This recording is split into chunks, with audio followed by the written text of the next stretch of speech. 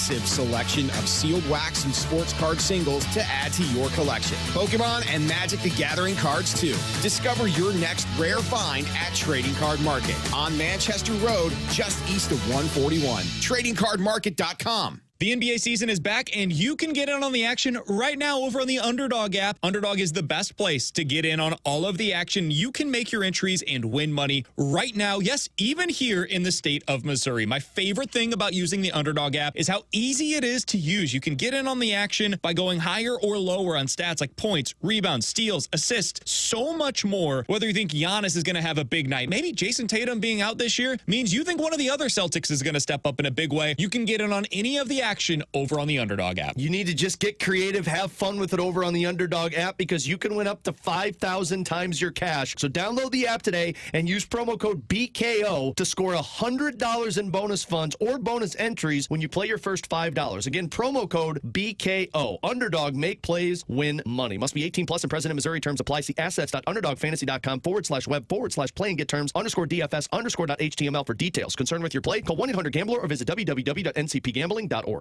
Hey guys, it's Jay Delsing from Golf with Jay Delsing. You want free dozen golf balls?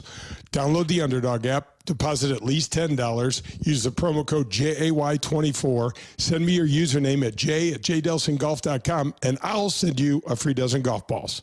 Hey, Jamie Rivers here, and Dirt Cheap is showing the love this month with Customer Appreciation Days. Every Wednesday in October, loyalty members score double points on every purchase. And yeah, Dirt Cheap delivers. Just hit the app or the website. They'll bring it to your door up to 10 miles away. And Blues fans, use code BLUES for free delivery on your first order. Holiday gift sets are hitting the store soon, perfect for everyone on your list. So join the loyalty program, rack up the points, grab your weekly freebies, and save big at Dirt Cheap. Cheap, cheap, fun, fun. Jamie Rivers here with Katie from Elite Comfort Experts. Does your house feel dry enough to snap a cracker? Dry air can increase your risk of getting sick. A Lennox humidifier can fix that fast, and we can install it quickly. And their Comfort Club keeps everything running smooth all winter long. Be proactive. Let Elite Comfort Experts help you avoid any major furnace issues this winter. No gimmicks, just guarantees. Visit EliteComfortExperts.com. That's EliteComfortExperts.com. Heating and cooling done the right way, powered by Lennox. Starting now at the Home Depot, find what you need to bring the holidays home. Deck the halls with our easy-to-assemble pre-lit trees. Or pick up a piece from our Yuletide Lane Yard Decor collection. Whether you're going all out or adding some festive touches, make the holidays yours with the Home Depot. WXOS HD1 East St. Louis 101 ESPN is driven by Brown and Crouppen Law Firm. Rise and shine, St. Louis. It's the Brown and Crouppen Morning After with Tim McKernan, Doug Vaughn, Martin Kilcoyne, and Jackson Burkett on 101 ESPN. 7 o'clock in St. Louis, you are listening to The Morning After, presented to you by Brown and Crouppen on 101 ESPN and on the TMA STL YouTube channel. Tim McKernan, Doug Vaughn with you on the program, Martin Kilcoyne.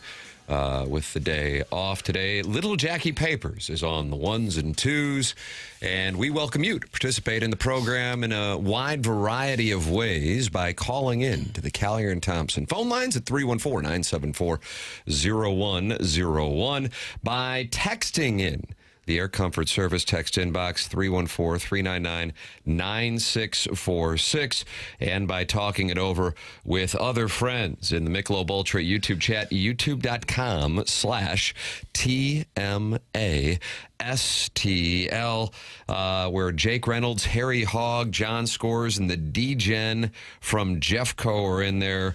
And the D-Gen from Jeffco says to you, Doug, morning, boys. How about that big point the Blues grabbed last night, Doug? That's the D-Gen from Jeffco. Oh, brother, I wouldn't look my direction for much of a contribution today. I don't anticipate being a whole lot of good to you, not after that loss, not after the 6th straight defeat. I just can't bounce back like I once could. And so it's going to be a troubling day for me. So you're going to just shut it down? I would think so. I went to the game, actually. Oh, did you really? Yeah. That's impossible. I saw you last night, and now I know you're a liar. And now 5 minutes after you left, Steve from Ballpark Village texted me with a couple of tickets, said, you want to go? And so Nick Vaughn and I said, Nick we will Vaughn. go. Yeah. That Nick Vaughn, Doug's middle son, Jackson, you know what he is? A delight. He is. That's exactly what And he a is. piece of work. Oh, is that right? See, I only see the delight side. Boy, he loves going to those hockey games. Baseball, too. He catches He all was those wearing foul the balls. blue sweater. My boys were observing that. I saw Doug. There was a Halloween event in the downtown Kirkwood area, That's and Christopher's gift shop. that's exactly Wonderful right. place. And your son, Nick, is always so kind to my sons. I remember at the 2018 PGA Championship, Jackson, was it Jason Duffner who tossed a ball to Nick Vaughn? I think it was. Sounds Jason like- Duffner of Dude remember- Wipes fame. Yeah, do you remember Duffnering? I do. Around 2013. And he went and gave that to my son 7 years ago. That was my son was like, World class. Yeah, Well, world class. And he always, and your wife has told my wife that he always wants to give my son some of the things that he has. I mean, how about this Nick Vaughn? Standard for the family Vaughn. Amen. Just world-class Family- humans. The family Vaughn. family Vaughn. Yeah, I don't mind that. And then Thank you see how it's reciprocated from now Doug and I are God-fearing men. Jackson believes in spirits, and we'll talk about that in the 8 o'clock hour. Right. But either Horoscopes way, and stuff. I think Yahweh repaid your good spirit. Jackson just thinks it's these spirits that he worships by repaying you, by Stephen Wildwood saying, you know what, here's 2 tickets for you and Nick Vaughn. Yeah, I appreciate that very much. Hadn't thought about going, and I thought, wait a minute, I'm not doing much here except standing out watching people give out candy at a trick-or-treat event in downtown Kirkwood. I believe I can make it at 7 o'clock. So we went. Are you still at the point where you have to tell your son that it's only a 2-period game during the week, or does he know that? He's pretty wise. He's been wise to that for about, I'd say 25 years now. Sniff that one out. Especially since he plays. That's tough to get away with that. Yeah. Yeah, I'm curious what your opinion on that was last night, because there are 2 things that, if you want to get into the intricacy, I think would be overstating it. But if you want to look at it from seeing progress, it would be, I thought Snuggerud and Dvorsky were 2 of the best players on the ice. That's an exciting thing. And nearly were the heroes in that. And then on the other side, in addition, defensively, I think there was a mission that was drilled into their heads coming off of the loss on Tuesday to Detroit.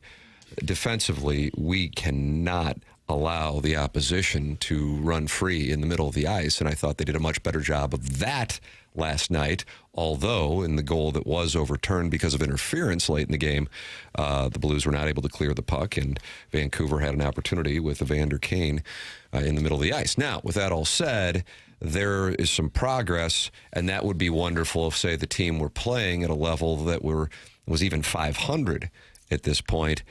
But when you're losing a game, you outplay the opposition as much as they did, and also they didn't have their best player. Blues didn't have their best player, but they didn't have Hughes.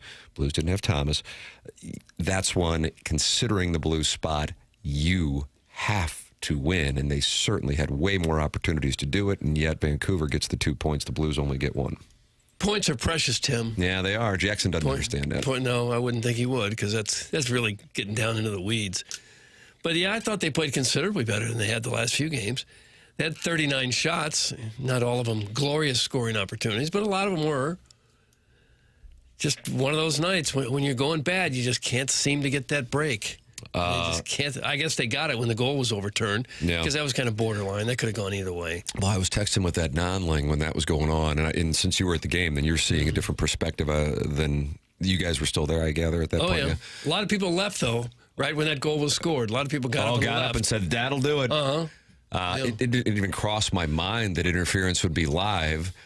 And I don't think that Chris Kerber or Joey Vitale will be with us coming up on the Stiefel dossier in the 8 o'clock hour. Gabe DeArmond at 9 o'clock. I don't think that they initially saw it, and then they slowed it down and replayed it, and there's McKernan, and there certainly is some contact, but I kind of thought initially Jim Montgomery was throwing a bit of a Hail Mary, like, oh, God. Yeah. As I looked at the replay, I said, they're not going to call that goal back. I really did not think Barely so initially. Yeah. And the intensity, number one, the cameras cut to Montgomery and Ott, and they're having this thorough conversation and scribbling notes. Odd is while Montgomery's talking to him, and then since the review took as long as it did, you see Montgomery looking up there, and it's almost like he's just like praying for something. Jackson, would you call it Deus Ex Machina? Yeah, something to just come out of the clouds and save them. Got out of a machine. Yeah. A lot Say of that Latin. again. Deus Ex Machina? Don't ever say that to me again, please. Yeah. Tim said it. Okay. Yeah, but Jackson, It's you're the one different who when he said it says it. twice. Yeah, I did emphasize it. Essentially, Game of Thrones final 2 or 3 episodes. That is the ultimate example, I believe, of Deus Ex Machina. And in this particular case, I think I thought anyway that Jim Montgomery's was like, oh my God, no, we're going to lose this game. We finally really outplayed a team, and Vancouver was without a variety of players, not just Hughes, but they do get it. And, they slowed it down on the broadcast, and you could see how they can make a case. I kind of got the sense that Kerber didn't think it was going to get overturned, and Vitale was hoping it would, but wasn't sure. And sure enough, they get that point because of that, but nothing doing in the shootout. Braden Shen not able to keep the puck on his stick. No, that was ugly. And DeBrusk wins at beating Bennington. And Doug, that's 6 in a row. Yeah, I noticed quite a few empty seats that I hadn't seen. I thought that as well. Yeah.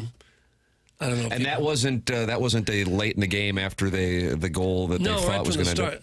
Not a lot of empty seats, but normally you don't see any. It's a Halloween thing. It could have been. I don't People know. getting ready for Halloween? Yeah, buying candy, making costumes, carving pumpkins. Not only did you give this asinine excuse, but I think it was the pronunciation of costumes that drove it home for me. I don't know what dialect that was. What did I say, costumes? Yes. Oh, like legumes. Don't ever talk like that. Yeah, Doug's not gonna deal with this well today. I know he can't. He's not going to be much good to us. That haircut looks good, though. Oh, did you get a fade? Yeah, I didn't get a fade, really. Barber Jerry. Let's get you a always works me fade over. and a BBL. I'm not getting a BBL. Would you like Doug to get a BBL? Text in 314-399-9646 for Jackson. This is his last day of sanity before next week. He will be actively updating people who do not have a name saved in the Air Comfort Service text inbox. So, Jackson, enjoy your 4 hours of serenity today, because on Monday morning, brother, it all starts up. I welcome the challenge. Okay. All right. 314-399-9646. That's how you can text into the program. Then you got that Air Comfort Service text inbox, Michelob Ultra YouTube chat, and the Collier and Thompson phone lines. That is how you can participate in the program. And on the Stiefel Dossier, Joey Vitale, 8:15. Brought to you by Schaefer Door Company, sponsor of our podcast here on TMA and throughout the day on 101 ESPN. And the Colonel, Gabriel P. DeArmond, will be with us of PowerMizzou.com. He's brought to you by James Carlton of the Carlton State Farm Insurance Agency. The program is brought to you by Brown and Crouppen, online at brownandcrouppen.com, or by calling 314-222-2222. That's 314-222-2222. Brown and Crouppen, the presenting sponsor of TMA for the last couple of years, and they are with us again for 2026. We are grateful for their support, and we ask that you support the sponsors. Brown and Crouppen is local, founded in St. Louis, going back in 1979. And you hear from Ed Herman, Terry Crouppen, and Andy Crouppen every Tuesday here on the program because they are in St. Louis. And don't you want a local law firm if you are in need of a personal injury attorney? After an accident, money can be tight, and that's why they offer so much for free. First call, free. First consultation, free. Stuck at home or the hospital, they come to you for free. At Brown and Crouppen, you pay nothing up front. They don't get paid unless you get paid. And when you're a Brown and Crouppen client, all your questions are answered for free. Get the facts from Brown and Crouppen. If you think you may need their services, call 314-222-2222 or go to brownandcrouppen.com and make sure you let them know you heard about them on the Morning After. The choice of a lawyer is an important decision and should not be based solely on advertising. Past results are no guarantee of future results, and every case is different, must be judged on its own accord. We will hear from the Blues coming up on the other side of our break. Joey Vitale, 8:15, Gabe DeArmond, 9 o'clock, and our Design Air Heating and Cooling email of the day with Shooter McGavin leading Buck Swope by 1. Doug. No. Swope tied it up yesterday. Of course, Doug. my bookkeeping is behind. Just to get some accuracy around. Buck Swope won yesterday. Okay, he sure did. Wow. That's my bad. I'll be. I mean, isn't that though back-to-back days of the standings not being updated? Oh, probably more. Probably like 3 or 4 days. But I eventually get there. Listen, it's not about who finishes first. It's about just getting finished. I'm going to type that out to make sure it makes no sense. Yeah, put that over like a landscape shot. Really? Some nice font. Okay. That's a TikTok waiting to happen? Well, yeah, it's kind of like, I do notice there's a lot of words of wisdom in my algorithm when I don't have neckbeards and foliage breaking down playoffs. That's my favorite kind of neckbeard. And it's words of wisdom with like slow music behind them. It all falls into those motivational guys, those like 24-year-olds who are like, if you don't have a Lamborghini by 25, you're a loser. And then they yell at you while they lift weights? Yeah, they're just crypto bros, like who are like think they've invented acquiring wealth. And we're all idiots for not having what they have. Jackson's going to play some audio of guys lifting weights yelling at us coming up on the program. We also have the drops of the week, in addition to Design Air Heating and Cooling, which, for the record, is Buck Swope versus Shooter McGavin, tied for first. And if one of them don't win today, they'll have a one-game playoff on Monday when we return for our first program of November. Jackson's spitting out corporate motivational posters over here. That's from Who's On First. Yeah, hang in there with the cat hanging off the tree. Kind of the same vibe. And you see those in office parks? Yeah, dentist office. You see a lot of them in dentist office. Motivational posters in dentist office? Sure. Well, there's a lot. I guarantee you Dr. Brandon Pryor doesn't have that at 100 West Dental. I guarantee you. I don't even need to think twice about that. No, much more modern. But I think some older ones, where maybe some... Where there's cats hanging off trees? Well, some of the practice might not be, it might be a little more painful than others, and you're like, just hang in there. It must be so hard for Jackson to put a tally mark to who wins email of the day. That's from the 314, and he's fed up with this bookkeeping. No excuses. I'll wear it. You're right. Rivers was heckling Paper's basketball skills, said Jackie thinks he's LeBron on the court. Oh, Rivers went after your basketball skills? I have the audio. Wow. Yeah, don't worry. Have you and Jamie Rivers played? No. That's the core of the audio, I would say. I think that Texter is trying to line some things up, but it's interesting. Chris Pronger said to me following, I think it was Game 2 of the Blues Sharks series in 2000 with the delectable Mike Ricci, and he was saying some things, and Pronger goes, "Oh, you're trying to stir the pot, eh?" Yeah, I would say that Texter was trying to, but stir the pot. In fairness, once you hear the audio, I think it's a little better, but it's interesting. It's a lot to unpack in the audio. Is it really? So we'll have that too. Okay. He said Tanner could take him. That's what my sources are telling me. That Tanner could take me. A lot of people without names saved here who they're going to be saving their names in the text inbox next week. Starting Monday. Yeah. So Jamie Rivers said Tanner could take you. Mm-hmm. Yeah. I'll address it all. Wow. I'll address it all. All right. There's a lot that needs to be addressed. Well, you can't threaten to fight coworkers. Yeah, Who said fight? That's an HR situation. When they say take you, I assume that means in a fight. In hoops. Oh, okay. I thought it meant...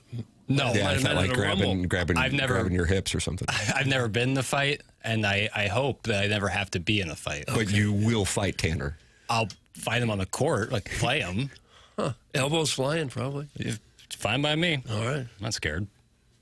How long will Jackson's campaign to swindle Buck Swope be allowed? That's from Minute Bowl eligible. People are starting to catch on. I could have said nothing, and it would have just been 6'5", but I did say something because I'm the bigger man. Okay. Bigger than who? The proverbial other person. You were down on Buck yesterday. Yeah, I apologize. I don't know why I geeked out like that. That was weird. Yeah. I don't know why I did that. That was I don't know why I did that. I assume that audio is not available. I don't want it to be. But I know it's there. The issue is Doug and me have no idea how to cut it or get it into the system. No. Yeah. It's a core issue. Maybe I'll go down the hallway and see if Rizzuto can help an on-air guy out. You should walk in while they're on the air. Yeah. Hey, I need to get some audio. Here is, real quick. While we're giving people inaccurate picks on the FanDuel spread zone, can you help me edit audio and somehow get it into the 101 ESPN system? Because Jackson wigged out at the end of the show yesterday from Buck Swope's email. Of all of the things to get you upset. It's not good. No. And I actually had to say to him, remember Gangster Pete's advice to you when you were... Yeah, no, you're right. It's just all it was Doug Jackson ripping off his movie takes from some Ringer podcast. It's just like we need is it Van Lathan? Is that yeah, I love Van Lathan too. We need the cat poster in here. Yeah. To remind you to hang in there. Usually I try my hardest to stay disciplined, let things roll off me, and I don't know why, but that made me snap. And I apologize to Buck, and that's just not... Did you reach out to him? No, but I'm doing it here. Well, I mean, I'm not going to do that much, but I do feel bad, and I apologize. But it's more so I'm just embarrassed for myself. I was thinking about it way too long yesterday, about how embarrassed I was. Even after the show? Yeah. Well, that was a little off-brand, I have to say. Super off-brand, and I'm salty at myself about it. I appreciate that. Yeah, I appreciate it honestly that. I was like, damn it, why do I... Because that's like the thing is like at the end of the show too. It's like just wait 3 minutes and you can just go about your day. I actually was driving yesterday and I'm like, and I don't know why it hit me. I'm dead serious. I'm like, wow, that was really... bad. It's like Buck Swope found your one sensitive spot.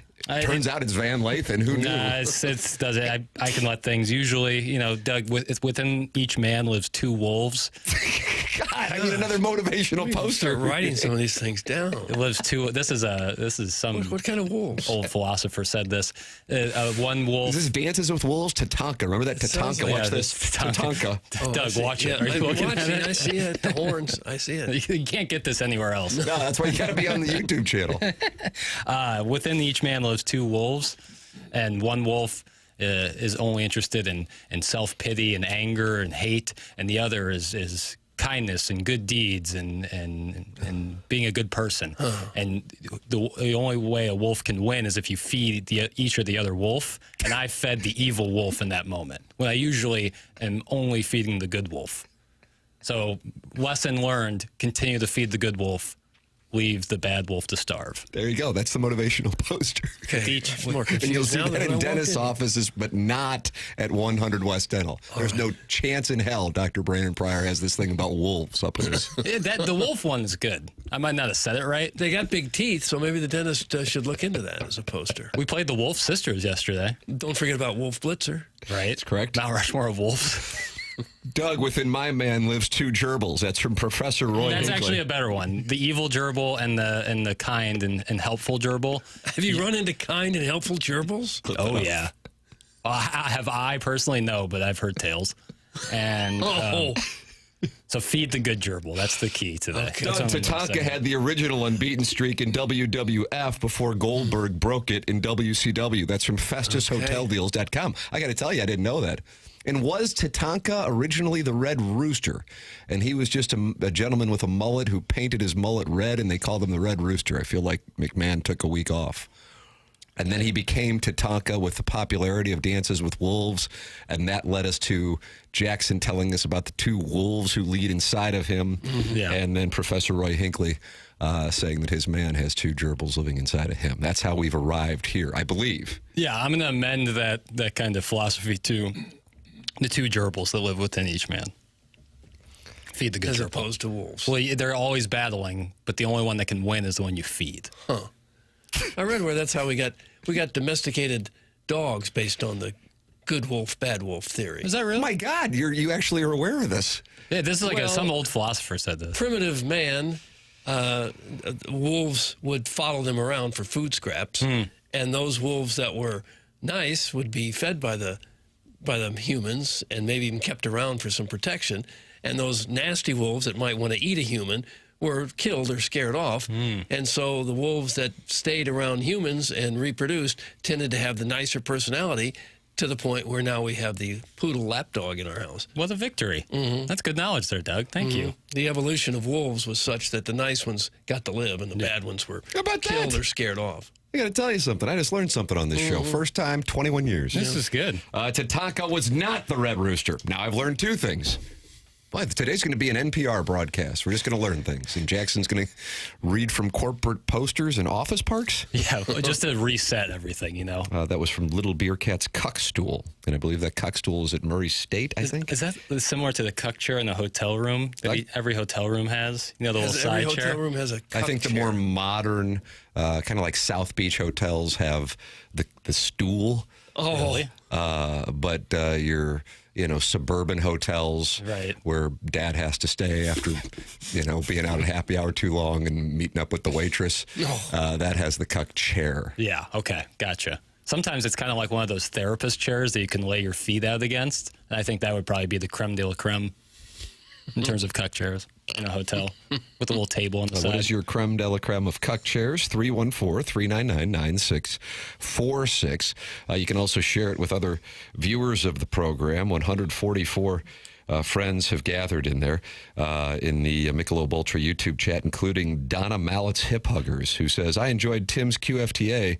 The female anchors in St. Louis should listen to it for advice on leveraging their brand. I got to tell you, now the title of the QFTA was what? Tim's going to WFAN and he's effed. Right. Oh. But I have no idea. I don't believe I talked about female anchors at all, but I don't remember what we talk about on this show. I'll remember the wolves and gerbils thing, certainly. Mm-hmm. And I don't remember that we talked. I can't imagine I was talking about female anchors, but I need Donna Mallett's Hip Huggers to call in. We definitely talked about the SNY thing back in 07. Yeah. Well, that was the question, I believe. Was that John Scores who sent it in, Doug, or MD 2020? It was MD 2020. It was MD 2020. And he thought my job offer in New York was to go to WFAN, hence the title of the episode. Right, or just like be a takesmith. Yeah, right. Just being an anchor. You could be an anchor, right? I know you're not interested in it now, but you could be an anchor in any market, but we couldn't go and do this like in, it doesn't have to be New York City. It could be Kansas City. You know what I mean? Because you don't know the teams, and you also don't really care either. So that's what MD 2020, Jackson, you said it was? Yeah, it was MD 2020. And maybe... how would that have worked for you, going in there and like giving takes on the Knicks and Islanders? It's like, that wasn't the gig. I was just reading off a prompter. Yeah. Any ass jockey can do that. For sure. Any ass jockey. Thank you. But I still just imagine you at like WFAN. Screaming about the Jets quarterback situation. Like one bad take, and then they find out you're from St. Louis. They're like, this farm boy thinks he can come up here with these takes. Where the hell is St. Louis anyway? It was a nice little burg. That's what I was told. We're all farmers. When I went and did a story at WIP in Philadelphia when the Rams and Eagles were playing the SC Championship, I said, what do you guys know about St. Louis? It's a nice little burg in the Midwest. It's a nice haunt. I remember the guy saying that to me, and his name was Angelo, too. Yeah. It's a nice burg in the Midwest. It's a nice haunt. We'll fly over it when we go to L.A. or Frisco. It's nice. But as far as football goes, haven't you lost a team? Yeah, little did he know, in 14 years, we'd lose another. Dave Chappelle tells a really funny story. He went to a Kevin Hart show and visited him backstage when it was in Dave's hometown. And someone was like, damn, Dave, what are you doing out here? This is a bad area. And Dave's like, yeah, thanks, I live here. Yeah. Well, tough spot. I mentioned Dr. Brandon Pryor after Jackson started just reading from office posters and then said they were from dentist's office, and I just reject that. Dr. Brandon Pryor, I just know. I don't even need to text him. When we were texting that I do love the volunteers, his volunteers, this weekend. He built brand new offices, and I'm certain that he doesn't have this thing about the two wolves in his office, but maybe he'll put it up there now. They're on Manchester in Baldwin. Go online at 100westdental.com and work with Dr. Brandon Pryor and his team at 100 West Dental. No phone call is needed to get in. Just check the calendar online for availability, and you can book right then and there. No dental insurance? No problem. The membership plan aids in the cost of dental work for those who don't have dental insurance.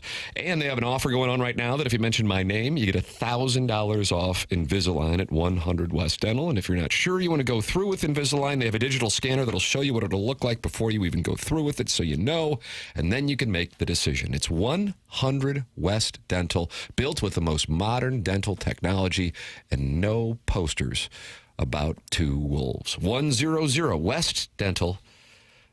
Joey Vitale, 8:15. Gabe DeArmond, 9 o'clock. The Design, Air, Heating, and Cooling email of the day at 10:50. There's your Stiefel dossier. We'll hear from the Blues on last night's loss next on TMA 101 ESPN. The World Series is on ESPN. Tonight, Dodgers and Blue Jays. Pregame at 6, first pitch at 7. The Fall Classic plays on 101 ESPN. Circus Sports Illinois. Sports betting at your fingertips, the way it should be. Jamie Rivers, Anthony Stoltz, our guy Stewie's here. Stewie, always talk about, is this a good time to refi?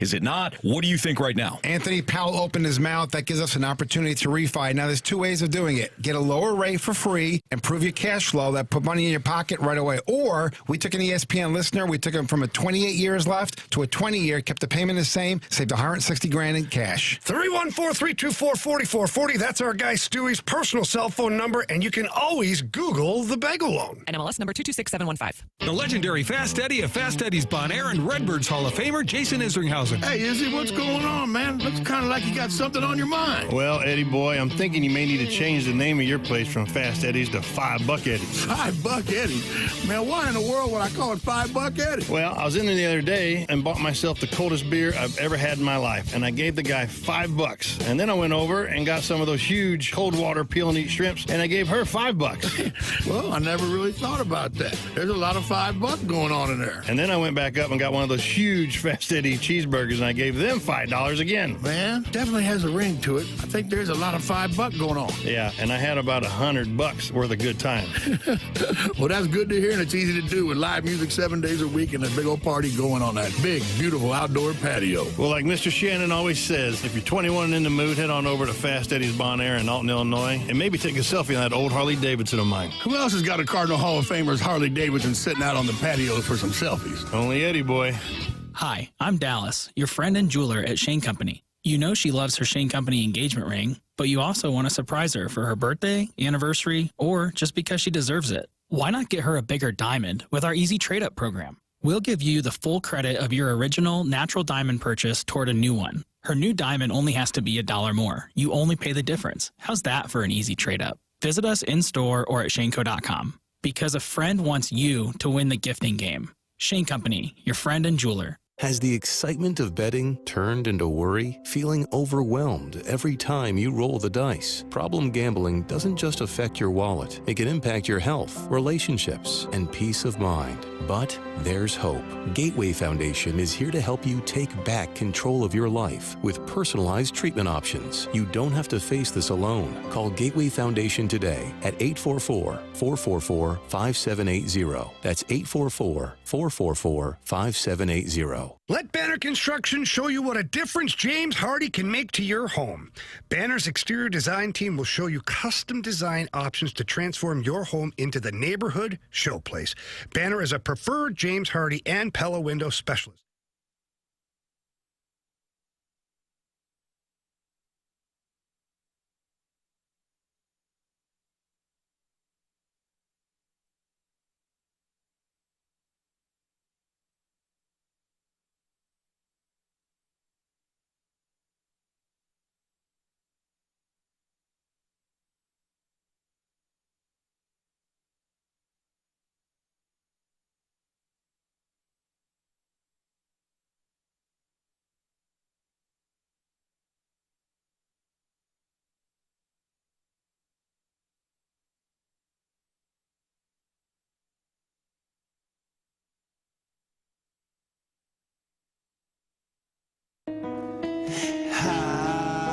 Halloween, go grab a sheet or your favorite mask.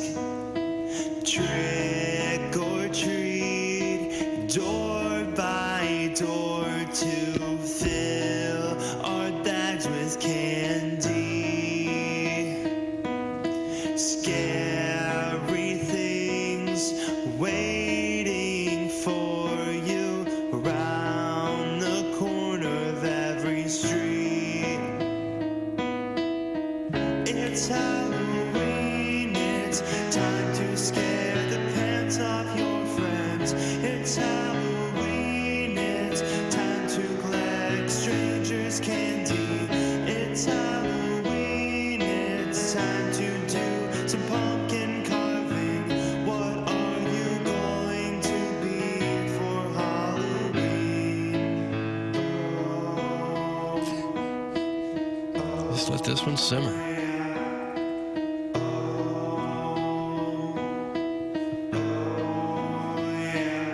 Haunting piano.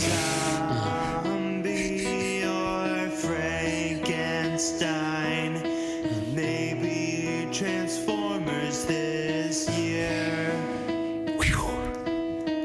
listen to this on repeat. Listen to that right there. A little synth. Yeah, I think they had Stevie Wonder come in. It's TMA 101 ESPN. Happy Halloween, Doug. Are you trick-or-treating this evening? Well, I won't be. Yikes. Yeah, Nick Vaughn's going to wear the rabbit costume. We got a 6-foot rabbit costume, so he'll have that. So I won't have anything to wear. So probably not. I probably will not. The Bad Bunny. Not go. Is this the Bad Bunny? Yeah, the Bad Bunny outfit, yeah. I did see a guy last night at Kirkwood where all these little kids walking around store to store getting candy from all the shop owners. And there was one guy, I swear he was 70 years old and didn't have a costume on, but he had a bag and he was going and getting candy everywhere. He didn't say this is for my grandchild or my child. He just said trick or treat, and they gave him candy. Is that frowned upon? No, just a little odd. You don't see it very much. I think you can do that like in your 70s, but like if you were in your 40s or 50s, weird. I think it would be like really odd. No, you never know what the situation is. Sure, It just looked kind of funny. Did you happen to see, Doug and I were at the same event last night and ran into each other before Doug went to the Blues game in Jackson. You were watching at home, I gather? I was babysitting my nieces. And watching the Blues game there? No. They went. I was begging them. I was like, please, let's put on the Blues game, girls. Like, come on. Like, Vancouver's in town. We got to get a victory here. And they were like, no, Uncle Jay, we want to watch Toy Story. I was like, all right. So That's who you are, Uncle Jay. Uncle Jay, I kind of like that. Yeah, Uncle Might Jay. call you that from now on. Fine by me. Okay, Uncle Jay's with us. Martin is off today. Chairman Kurt is vacationing in the Hamptons. And Jackson's sideways with Buck Swope and not giving him proper amounts of wins. And what is a showdown here for the Design Air Heating and Cooling email today? And I have a feeling you're going to hear about that coming up at about 10:50. That's my read. I know. Man. That's my read. And I have to tell you, I understand where Buck Swope is. Plus, Buck Swope got your bad wolf out yesterday. Big time, yeah. I fed the bad wolf, and I was really bad about it yesterday. I felt bad. Did it really bother you? Yes. Oh, it shouldn't. Didn't bother anybody else. That's Doug Vaughn wisdom right there, my man. It doesn't. Thank you, Doug. I agree with what he said there, but if I were in your spot, I would understand it too. Yeah. That's just how I'm wired. I think about stuff too much. And yeah, fed the bad wolf, fed the bad gerbil there for a minute. It happens to the best of them. Yeah, but we'll feed the good gerbil from here on out. Sometimes it's it's only a mistake if you don't learn from it. Think about that. Only a mistake. I'm writing down more slogans today. This was Office Park Friday. It is TMA 101 ESPN and the 101 ESPN YouTube channel and the TMA STL YouTube channel. Our recommendation is the TMA STL YouTube chat that's brought to you by Michelob Ultra. 95 calories, 2.6 grams of carbohydrates. That's Michelob Ultra. Also the sponsor today, I believe, the last day to sign up papers, if I'm not mistaken, Uncle Jay. Tee it up with TMA giveaway, which is presented to you by Michelob Ultra. If you want to play golf with me in Jackson at Fox Run, which is an incredible golf course, already was a great layout and new ownership, and they have redesigned it, and it is, I mean, it's first class. I can't say enough good things about it. That's where we're going to play. Use the code SWING to get entered to win now, either at 101ESPN.com or on the 101 mobile app. Must be 21. The Tee It Up with TMA giveaway is courtesy of Michelob Ultra Superior Light Beer. It is the Tee It Up with TMA giveaway presented to you by Michelob Ultra. So Doug does go to the Blues game last night after the great chairman Stephen Wildwood gives him and Nick Vaughn tickets. And I watched it at home, and I did come away with going, yeah, they certainly played a better game. I would gather that's kind of sure. I thought they played pretty well. But you have to capitalize on the situation. Vancouver was not all healthy. Of course, the Blues are dealing with the Thomas and Neighbors situation, so it's like they're all healthy as well. But as Jim Montgomery said, we're the more desperate team, so I kind of expected that. Did get great play from Snuggerud and Dvorsky, so that is a positive. But when you're in the midst of a 6-game losing streak, it's tough to spin sugar. Here is what Jim Montgomery had to say on the scoring opportunities that the Blues did not capitalize on. I got to think that there's 6 to 7 chances that should have been in the back of the net. at least we're there now. We're getting more chances. That's a good thing. So it's a step in the right direction. That's the positive. The negative is there's some game management issues and there's some decisions that just we have to become a smarter hockey team. They got a break, too, and Vancouver had a breakaway, and the guy's stick broke in half. Did you see that? Yeah. I didn't see that. The stick almost hit Bennington in the head. But Tim's toothless bottom boy doesn't necessarily see it that way. He says the amount of weird bounces we've had go against us, I don't even really know what to say about it. That's from Tim's toothless bottom boy. Well, if that's all it is, that should even out. So if you think it's just you're bad buying puck stock luck, then. Well, those who think it's just bad puck luck should take some solace in knowing that should even out over time. So you're talking to Tim's toothless bottom boy. Yeah, pretty much. But I don't think they played poorly last night at all, and they still wound up losing. Right. So that is 6 straight losses. I listened to all of Oscar Sundqvist's postgame, and Jackson, I know you have some of it. It was really good, by the way. I like to give the audience recommended reading and recommended listening. This was on the Curbside podcast, which I listen to each morning before we do TMA. So I recommend subscribing to the Curbside podcast, which 101 ESPN turns out. And Oscar Sundqvist was really reflective as well as detailed. I'm not sure which one you have here, Papers, but he said bottom line is we just got to win the game. Yeah. Here he is. I think so. I think we're better than them most of the game, and we should win this game. That's the bottom line, and we didn't, and it sucks. And honestly, right now, I wouldn't care if we get dominated a full game as long as we win. Yeah, it's kind of where it is. If this is an illustration of progress that will be sustained against a team that the Blues have had some issues with, even though they've kind of been a random team, but they are playing well. They've won 3 in a row, Columbus tomorrow night. Then great. But when you're in the spot that they are in at this point in the season, and you've had a bunch of home games, and you're going to have some more, and they're jammed in here because of the way things are going to work out with the Olympic break in February. You got to get it right, and you got to get it right quickly. And I realize you're going, man, the season wasn't even around 4 weeks ago. But considering the circumstances and considering the level of talent in your division, it's got to turn around super quick if this season is going to be what I think 90+% of the fan base thought it was going to be. Yeah, I remember when we picked before the opener, we all thought they'd finish about third place. That's right. Third place would be looking pretty sweet right now. They would need twice as many points as they have to be in third place right now. Let me run the Vaughn Index numbers real quick if I could. You guys mind if I do that? I don't have a problem with it. Why don't you do that? I'll tell people about Design Air Heating and Cooling because I know this takes you, it usually takes you about 4 or 5 minutes to pull it. Yeah.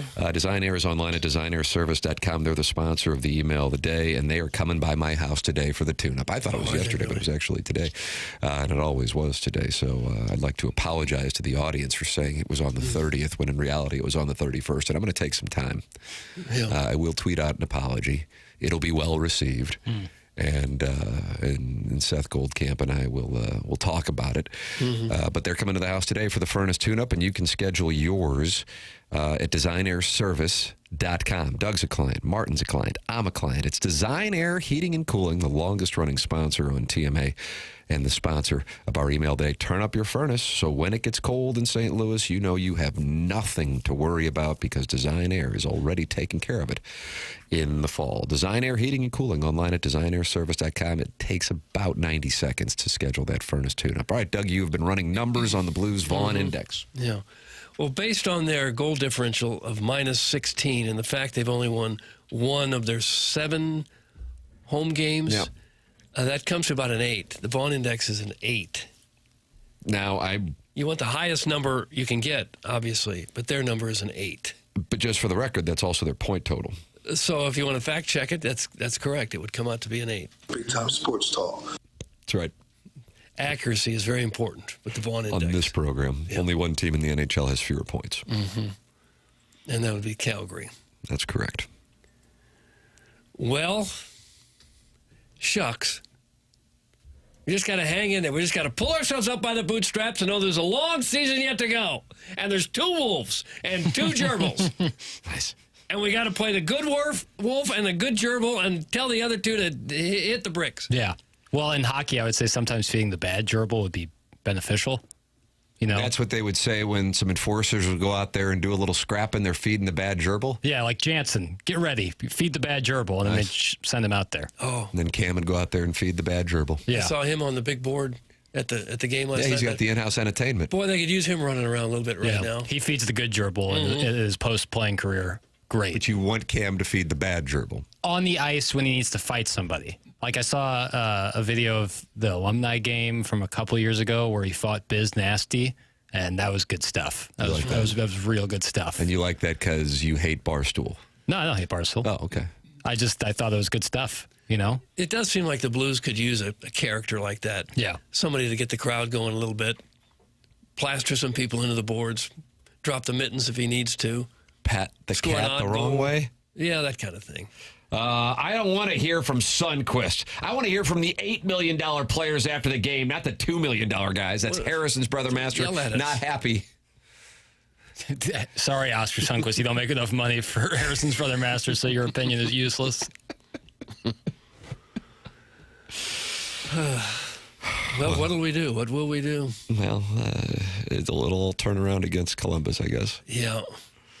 Be good to get on the road, do some bonding. That's what you say on the early road trips. It doesn't sound like you believe it, though. No, I don't believe it. I just can't believe that we and people around the league and the organization, the fan base, we're just this off on this team. That's why. But, you know, at some point, even if they are a decent team, you got to accumulate some points. I mean, they are way back already. And what did they really miss from last year's team? That was awfully darn good the last half of the season anyway. I mean, what's gone from that team that would make this kind of a difference? Why do you hate Ryan Suter? I guess that's about it. What about... Who knew he was the linchpin to the whole thing? What about Foxa? You talked about the sandpaper in his game. He had a lot of sandpaper in his game. But so does Sonny, and Sonny's back now. He seemed to miss a lot of last year with injuries. It's no wonder the way he plays. Sweaters, maybe? We don't have enough heavy sweaters. The sweaters. New sweaters. No, Jackson did not like the home sweater, and he's pointing out the record and the fact that the only game they've won at home was not in this new sweater. I want it on the record, though. I do really like the look of the new sweater. I think it's great. But you can't argue with the results that we've seen so far. They've yielded negative results. What if they put the dark sweaters back on and they win a game or two, and now they're reluctant to go back to the new sweaters that they built this whole marketing campaign around? We're talking about 2 wolves, you know. Boy, that would be quite a situation. I don't anticipate coming down the road, but if it happened, I feel confident this program would actually cover it properly with our obsessions with uniforms. For the record, with all the home games the Blues will have once they get done with a bit of a road stretch after Washington and Buffalo next week, they will have played about 28% of their home games by November 15th. So just as a little how do you do as to where things are because of the condensed schedule with the Olympic break, I realize, and by the way, there isn't a lot of pushback on this, that, okay, it is early, but it's a problem. That just kind of gives you an idea of where things are and what happened last year.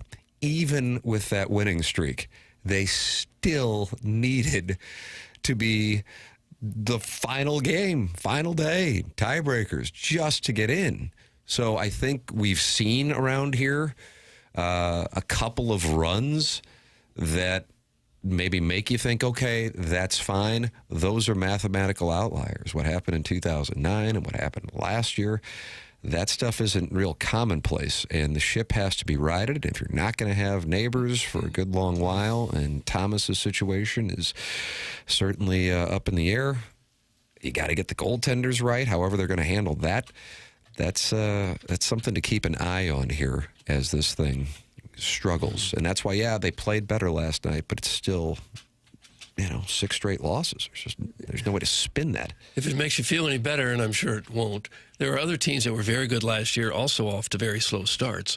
Florida's sitting in 6th place in the Atlantic. They won it all. And you're calling for Paul Maurice's head this morning. I'm not. Toronto was a good team. They're in last place. You're calling for Chiefs' head. No. Minnesota was decent last year. They're just 1 point ahead of the Blues. Calgary tied the Blues in the regular season. They got the worst record in the league.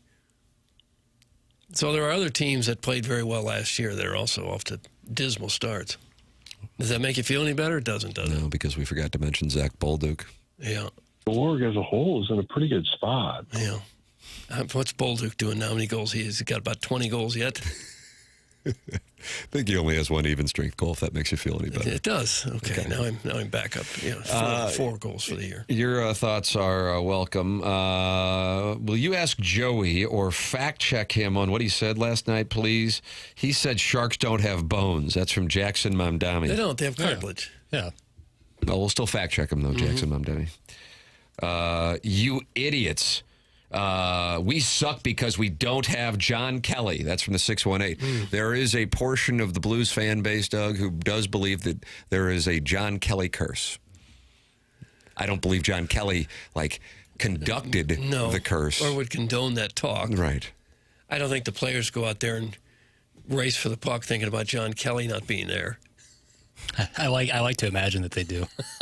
I don't think they do. Wow, look at Doug doing some hockey show prep. Maybe he isn't a donkey. That's from Chairman's pocket partner. Whoever thought Doug was a donkey?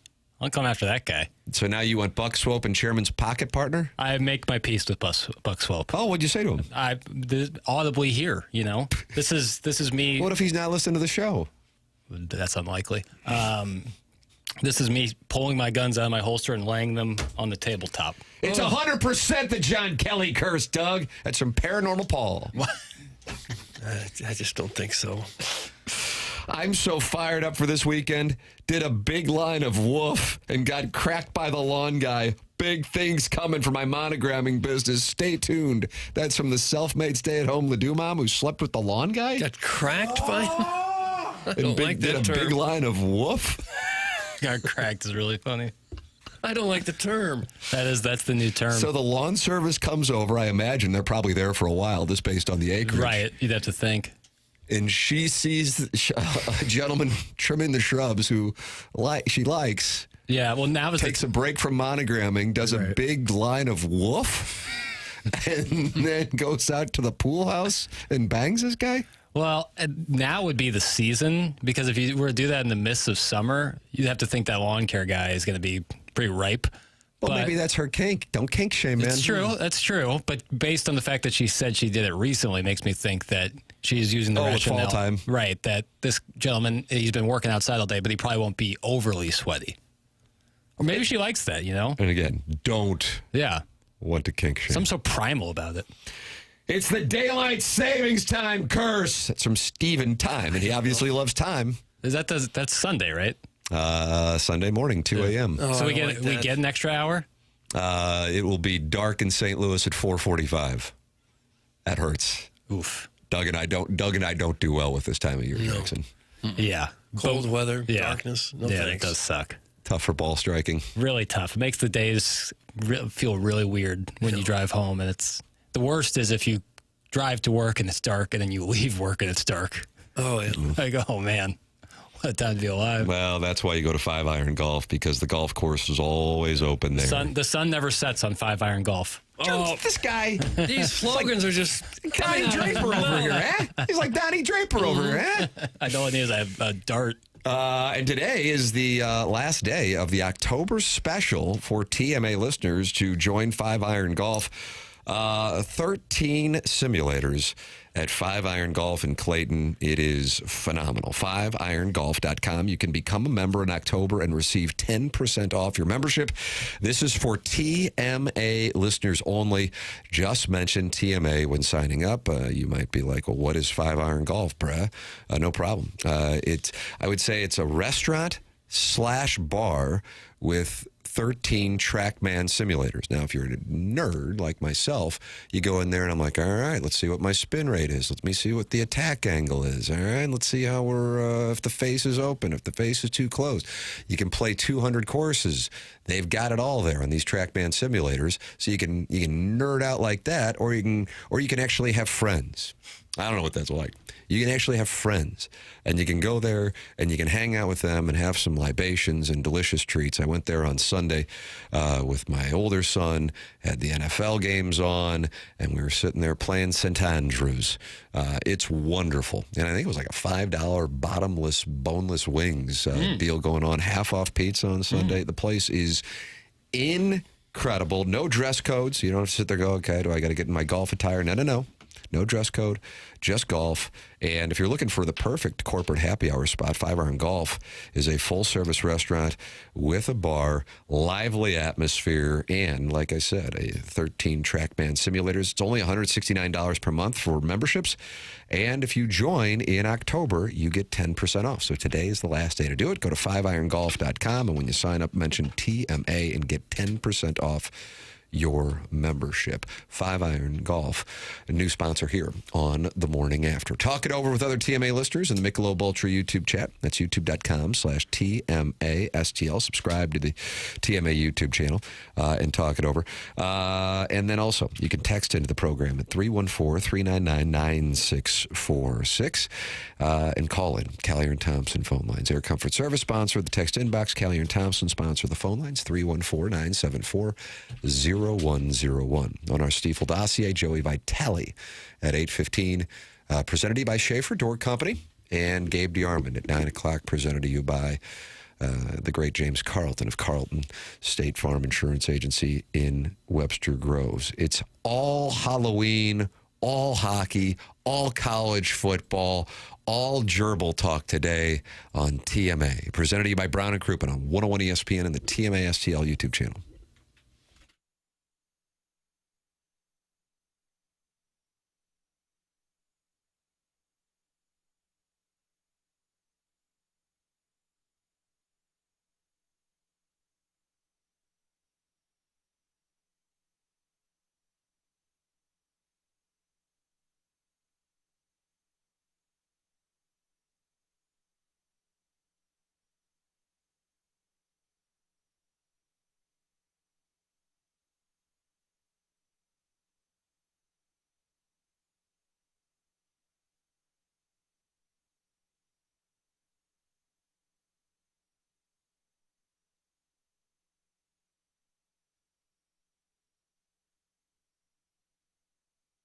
Hi, it's Martin Kilcoyne, and I'm going to Scotland. You've heard me talking about it. A lot of folks have responded to this. I'm excited about it. I want you to join me for a trip of a lifetime. Next June the 15th, we'll discover spectacular Scotland with Colette. Limited to a small group. If you've always wanted to go to Scotland, this is your chance. We'll visit the historic capital of Edinburgh, going to Glasgow, checking out the Highlands, the amazing Orkney Islands. I've gone online and checked some of these sites out. It's just spectacular.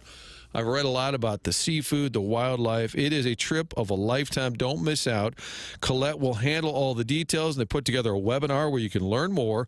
That's on November 11th at 6 o'clock. So call now. Talk to Sherry at Altair Travel. Get signed up at 314-968-9600. Join us November 11th to find out more. You can go to 101ESPN.com. Call Altair Travel for this trip of a lifetime. Me, you, headed to spectacular Scotland. Altair Travel at 314-968-9600.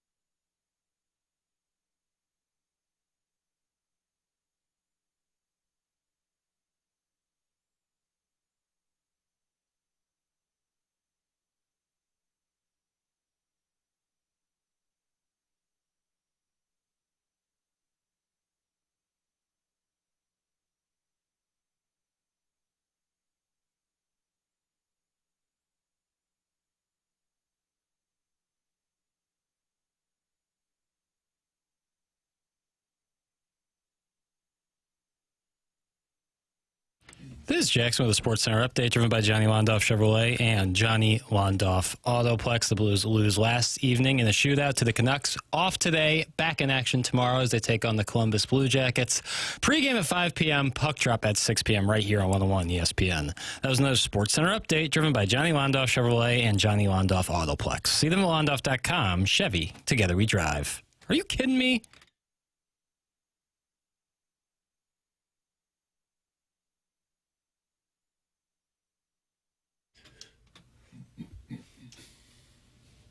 Boy, this guy's really down about this Blues loss.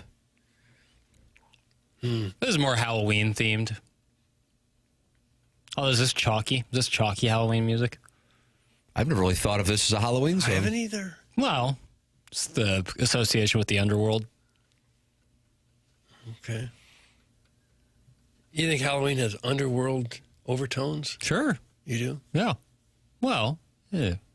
Classic literature, it sure would.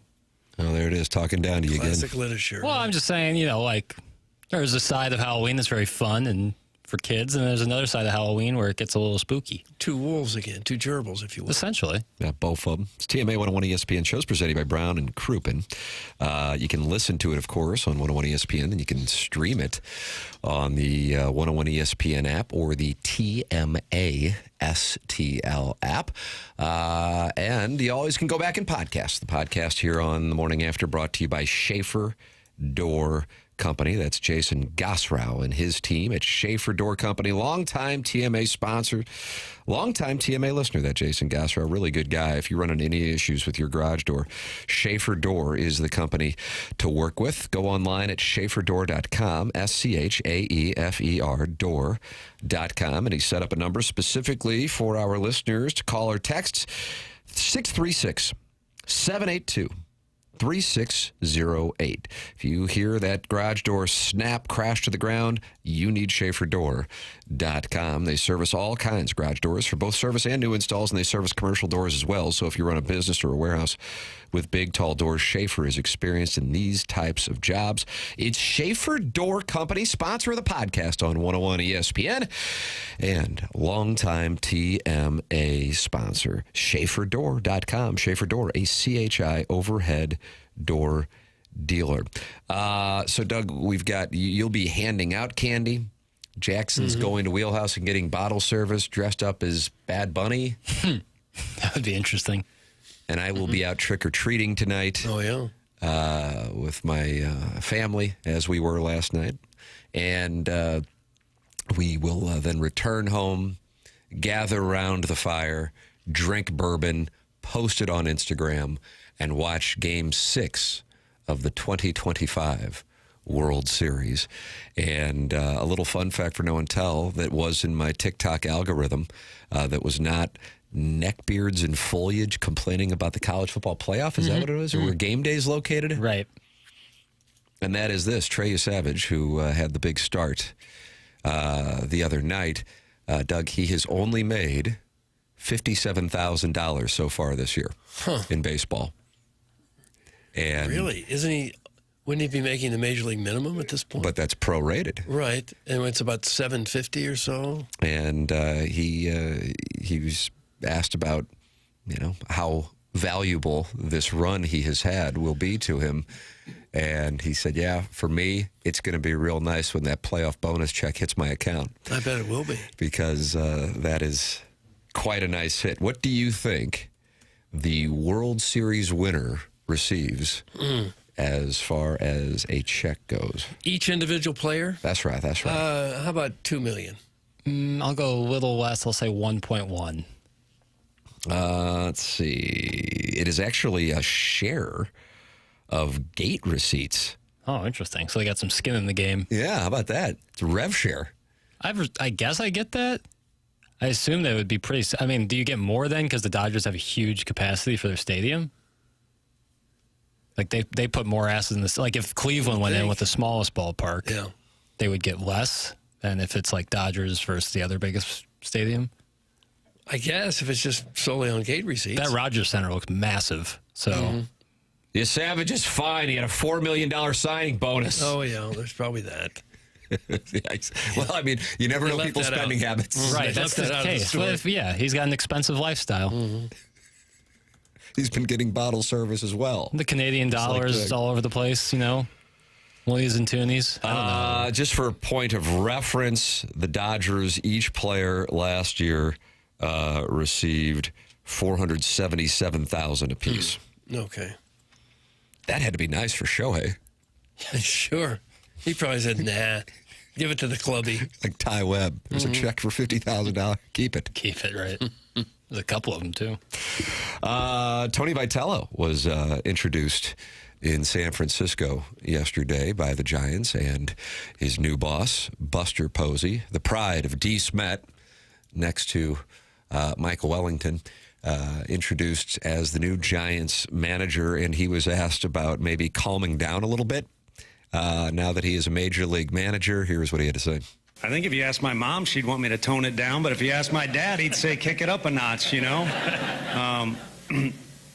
I think it is completely different. There's obviously, we didn't waste any time. We got to the first question that everybody was maybe thinking and should ask. And it is very different. So I think the one thing about each game unto itself, whether it's high school, college, or pro, is it's kind of got its own personality, its own flavor. And you have to adapt to that particular day, especially in our sport. I mean, the one common theme that I always, when I first started coaching that I didn't like is when you you lose, 9-6, it's the pitching let us down.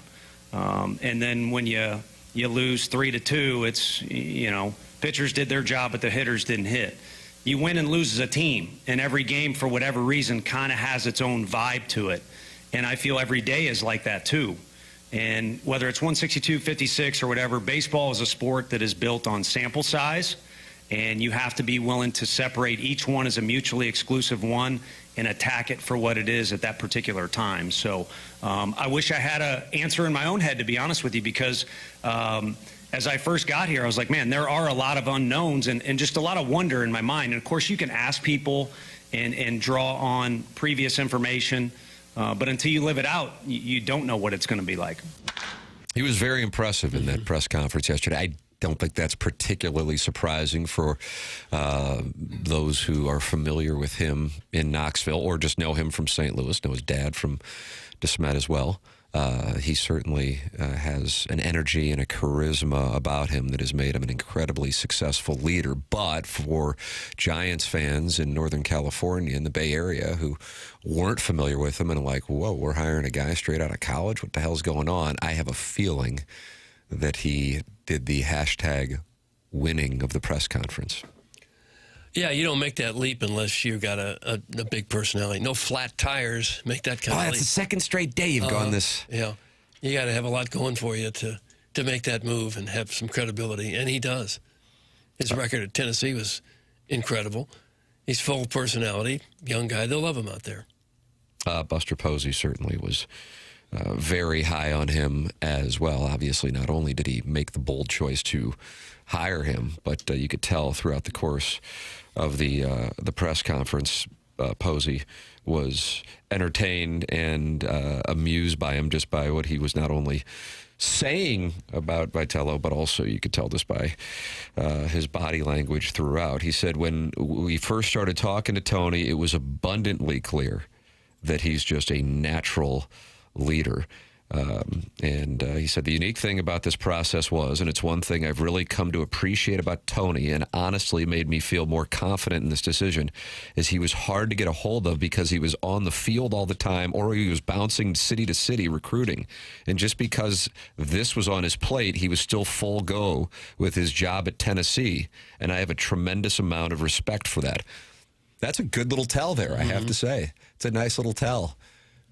Yeah, if you're sitting around doom-scrolling TikTok like me, that might be a sign. Yeah, probably not ready for the Giants dugout. Right. And he was still busting his ass for the Vols. We've seen a real change over the last 10 years or so with major league teams willing to hire managers who weren't necessarily, 15-year veteran players. Because it used to be you almost always had to have played in the major leagues to get any kind of shot as a manager. That's not true in the NFL. It's not true in the NBA. It's not true really in the NHL. either. Yeah. But in baseball, it always was that if you didn't get to the top, even if it was just for a cup of coffee, you didn't really have a chance. Because it's tough to be a great baseball man if you haven't been there. Right. Doug hates the term baseball man. And golf shot. Baseball men. But we've seen that with the Cardinals, with Schilt and Ollie getting a shot when in the past it was La Russa who played briefly, and managers like that, Matheny and Joe Torre and Red Shandings and Whitey Herzog, Ken Boyer, they were all major leaguers. Doesn't it make more sense in the day and age of analytics where a lot of this stuff, certainly lineup-wise, is done way before the game, and you're kind of just a leader of men? I suppose. Doug hates that term, too. Leader of men, I don't really care for that. But I think Holiday talked about that last week, about, if Mike Schilt starts to get on players and all these players were better than he ever was, there's a certain respect level that you don't have if you were a former player. So Vitale will fight that, I'm sure, if things start to go off the rails a little bit. Vitale is joining us at 8:15. Vitello is managing. Oh, that's what I mean. It's tough to keep them straight. Tough day for Italian Americans. I know. And on behalf of my wife, I need to make sure I set the record straight. John Schneider of the Blue Jays only got to AAA. Dave Roberts, very good player. Famous 2004 moment for sure, but a very good player as well. For the record, Doug, the Dodgers are pretty big favorites tonight, -150. Yeah. And that's the Yamamoto phenomenon. Favorable pitching matchup. Yes, indeed. And if you're interested in going up to Toronto today and going to the game, what do you think a ticket will cost you? In Toronto? This is per Seat Geek right now. Oh, per Seat Geek, I'd say $1,000. $1,200, not bad. $1,200, not bad. And if you want to go to get paid in the Escalade. Another DeSmet representative there. Yeah. And then also, if you would want to stick around for Game 7, you can pay $1,600. Oh, nice. That's insanity. It really is. I don't get it. When you can sit at home in front of a big screen TV, on the couch, comfortable, not deal with the traffic. Yeah. I mean, you're not part of the atmosphere, but it's still pretty cushy. And maybe you could make 4 or 5 car payments instead of buying a ticket. Like if it was $500, then I think but like once it gets into the 4 digits, it's like, oh my God, it's just so much money. And yet there's 50,000 people willing to do it. But if you're a lifelong Blue Jays fan and you have the means, I get it. Yeah, I mean, you got to be in your 40s to remember the World Series. For sure. I mean, I guess if you were like 5 or 6, you might remember it. But it's been 32 years. So an opportunity for the Blue Jays to win their first World Series since Joe Carter walked it off against Mitch Wild Thing Williams. And Doug, as you might remember, I was bussing tables at Pietro's that night. Oh, right. And standing on tables, showing yourself off a little bit? That was usually more on Tuesday nights. I think this was a weekend night, but I'll check that for you. Weekends were a little busier, so you didn't have time. Didn't have the time to show myself off to the waiter who would request it. That gives you the willies, doesn't it? Get a cold shower. Oh, it sounds like you're turned on. No, I'm not. I don't want to kink shame. Well, that's a different story. Email in the morning after at InsideSTL.com. Design, air, heating, and cooling email today. That's 1050. You got the drops of the week coming up. You got our SEC picks. They didn't go well last week. No. They didn't go well. No, it didn't. Bounce back week. That's coming up. Also, Gabe DeArmond, brought to you by James Carlton of the Carlton State Farm Insurance Agency. That's coming up at 9 o'clock. And next, Joey Vitale. Doug, drop your acid. Eat your mushrooms. Okay. It's time to go on a little fantastic voyage with friend of the program, Joey Vitale, brought to you by Schaefer Door Company. That's next in the Callier and Thompson phone lines. This is The Morning After, presented to you by Brown and Crouppen on 101 ESPN and the TMA STL YouTube channel.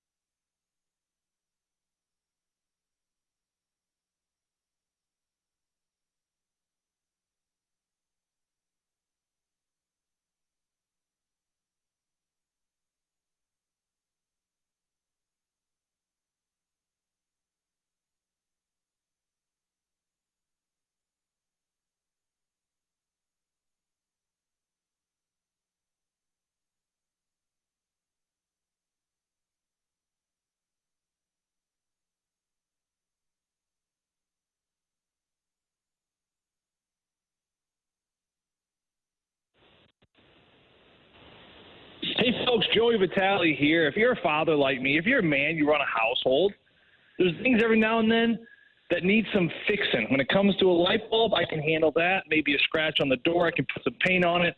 But some things I don't touch, and I know you're with me. And one of those things, your garage door. Why? It's heavy. It's got a lot of mechanics. It's got a lot of wires. It's got a lot of springs. There's electricity involved. I stay the heck away from it. And good, because I got a good buddy in the business that can take care of all my needs, and he can take care of yours as well. Give Jason a call. He's got a heck of a company. Schaefer Door Company is the name. You can go to their website, schaeferdoor.com. But if you want quick service, personal service, give him a call. Shoot him a text. He's a heck of a guy. 636-782-3608 for all your garage door needs, personal, business. He will take good care of you. One more time, 636-782-3608 is your Schaefer Door Company number. Give him a text, shoot him a call. They'll take care of everything. Cold Play Master, authorized dealer.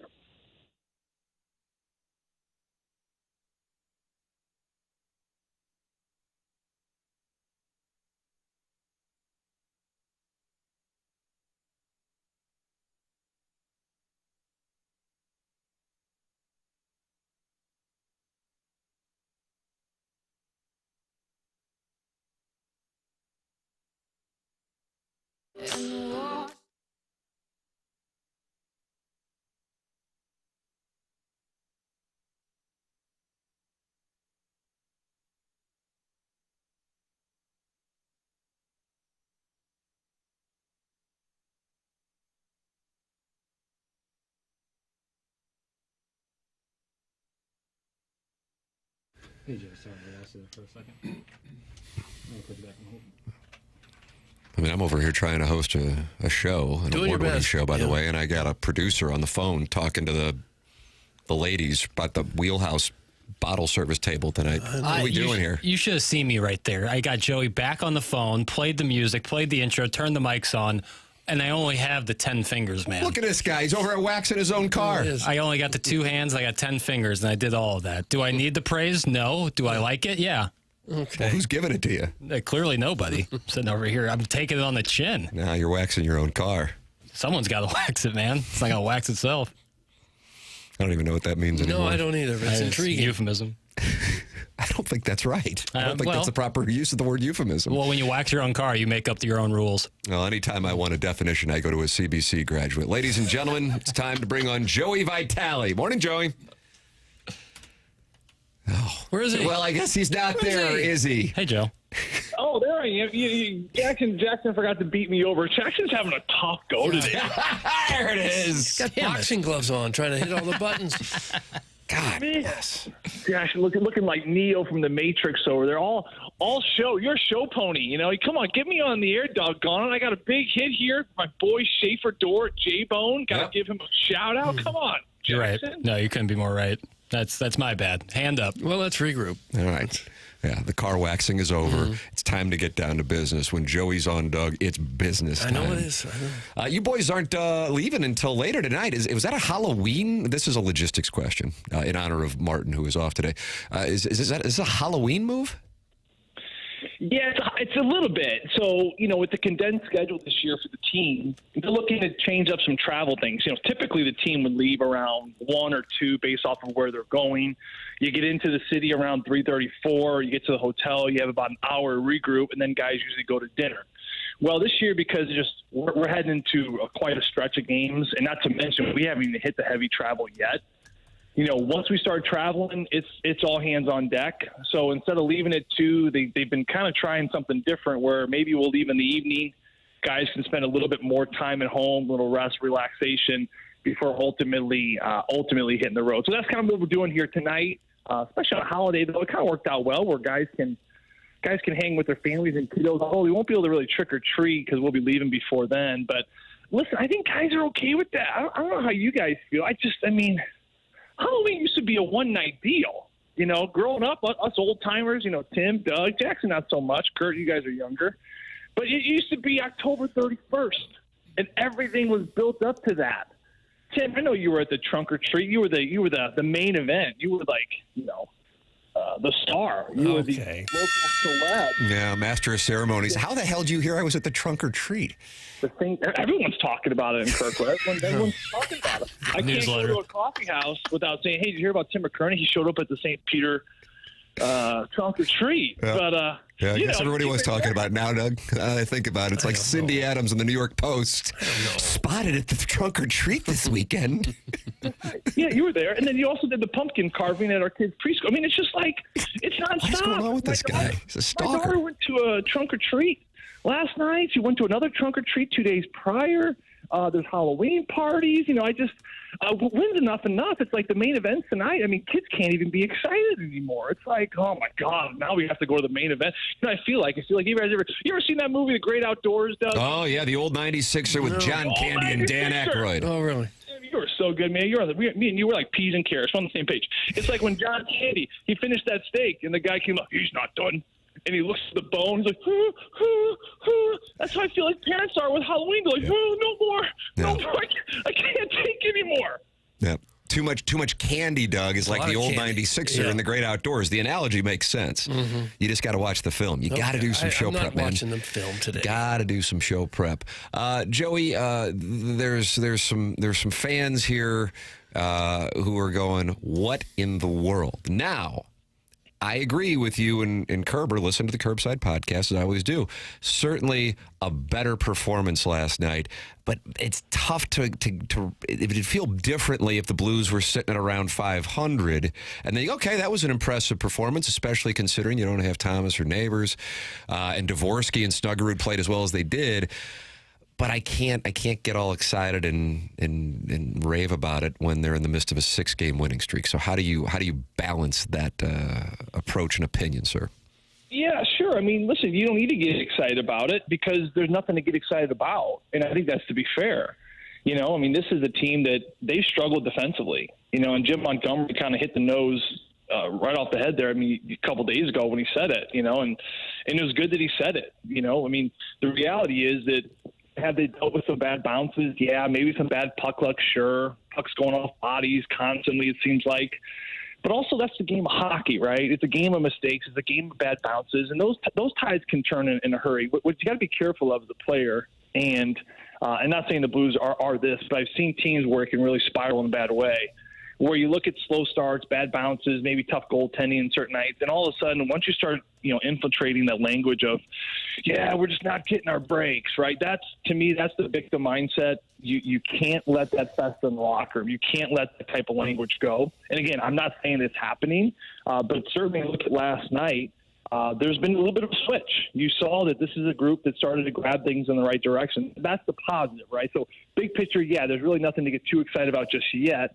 But if you're looking at, small improvements and then maybe looking back over this season, that game last night was a step in the right direction because they started to resolve the issues defensively. That's been their biggest Achilles heel this season, allowing high-quality scoring chances right in front of their goaltender. I broke it down a couple times on clips last night. We brought out the numbers and the telestrator where when it looked good, it looked really good last night. And that was a game they deserved a better fate. They outshot Vancouver almost 2-1.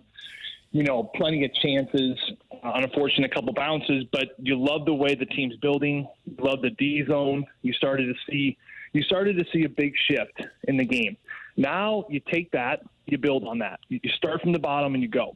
One of the things Jim Montgomery said last year when he came in as a head coach, one of the hardest things for a coach to do, and I would imagine this is at pretty much any level, but any sport, you come in and there's so much to fix. Right. So the last thing you ever want to do, and I remember him telling me this last year at Christmas, the last thing you want to do is look at the 5 things. Let's say there's 5 things you got to fix. The worst thing is to overwhelm the group and say, we got to fix all 5 right now. Right. Because, listen, we're hockey players. We're not astronauts. So, we're not the most intelligent, especially if you went to CBC. I mean, I know. Good for you saying that. 'Cause I don't want to say it, but I agree with you. Yeah, it's obvious. If we had 20 kids that graduated from SLU High, I mean, it'd be different. Then give me 5. Give me 5 of them, right? But we're CBC guys, we're public school guys. Kirkwood, shout out. Meat and potatoes. Yeah, essentially the same thing. I agree. So you can't overwhelm them, right? It's kind of almost human nature. Zip codes. how many digits? They're 5 digits. Why? Because the human brain, after about 5 or 6 numbers, it starts forgetting the first and second one. Telephone numbers are 7. That's pushing it. That's why sometimes telephone numbers are hard to remember, because around 5 and 6, we as humans, we start to lose sight of what happened in 1 and 2. It's a good parenting strategy when you're telling your kids stuff and you're like, you didn't do this, and I'll like name like 30 things. My wife's like, okay, calm down there, speed racer. Like they're not even listening to you anymore. You know what I mean? But because as humans, we can only absorb, they say, between 4 to 6. So as a hockey player who's dealing with, of course, a lot of issues, you can't overwhelm them, right? So with that being said, you got to start small. Right, you have to start small, and you have to start with one thing. What's one thing we want to fix? And that was the D zone. And you saw a D zone that looked a lot better last night. So now you build on that. You got to keep that going, and then now Jim Montgomery can move on maybe to that next layer of thing. Okay, how do we create more offense? But you have to start somewhere. And to me, they started churning the cream, as they say. Doug, you ever make butter? No, I've never made any butter. Really? I thought you enjoyed making butter. It must have been Martin. Just go to Schnucks and buy the butter. Huh, that's interesting. No, wrong. You got to make your own butter. I tell you, making your butter's fun. You get out a whisk and you get heavy cream, If you got a cow, you milk your own cow, whatever you want to do. But you get cream, you whisk the hell out. You just whisk the crap out of it. You just start going to town on it, right? And you whisk, or you have an electric mixer and and all of a sudden, it just looks like you're mixing cream and water splashing everywhere and nothing's happening. And then all of a sudden, after a few minutes, all this work, it looks like nothing's happening. But then the whey and the protein, I'm not really sure how what's all going on there, but everything starts separating, right? It kind of looks like a mess, but then you keep going. But then by like 7-8 minutes in, all of a sudden, there's like clear liquid, which, by the way, don't throw that away. That's buttermilk. So just hold on to that liquid. Yeah, like save the buttermilk. I'm not making it. Save the butter. And then, Doug, it's all this clunky stuff is stuck to the wood. That's butter. That's all that it is. But the point is, like when you're churning butter, you're working your tail off, but you don't get any results until a lot later. So you like to think that the Blues are starting to kind of churn that now. Huh. Okay, I don't put butter on anything really. So Is that right? Really? No, with my cholesterol level. Yeah, no. I guess that's true. Joey, with all that bread you make early, do you put butter on it? Listen, bread's a blank canvas, boys. Bread's a blank canvas. Think about that. Another Office Park saying. Mm-hmm. I love a good fresh slice of bread, but it's a canvas. It needs a star. You got to get some good EVOO from God's country in Sicily, or get yourself some good Irish butter. Oh, good for you for reaching across the aisle with the tension between the Irish and the Italians. Thank you. Little Kerrygold. My Irish folks. You just eat bread. You got a piece of bread and you put butter on it and you eat that as a snack? Buddy, that's my last meal. Are you kidding me? Really? I'm a gentleman. He is a gentleman. God, it just sounds awful. Sounds awful.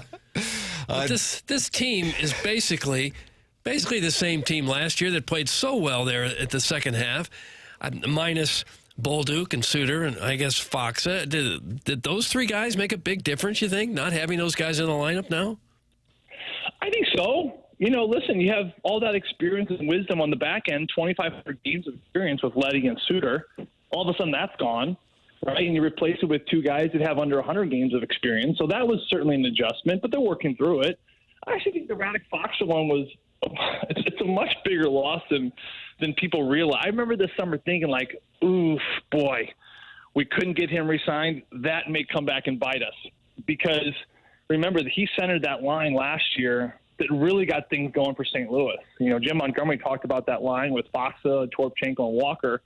He said as a part of that second half push, it was that line that he brought everyone into a meeting for, and he showed clips of that line.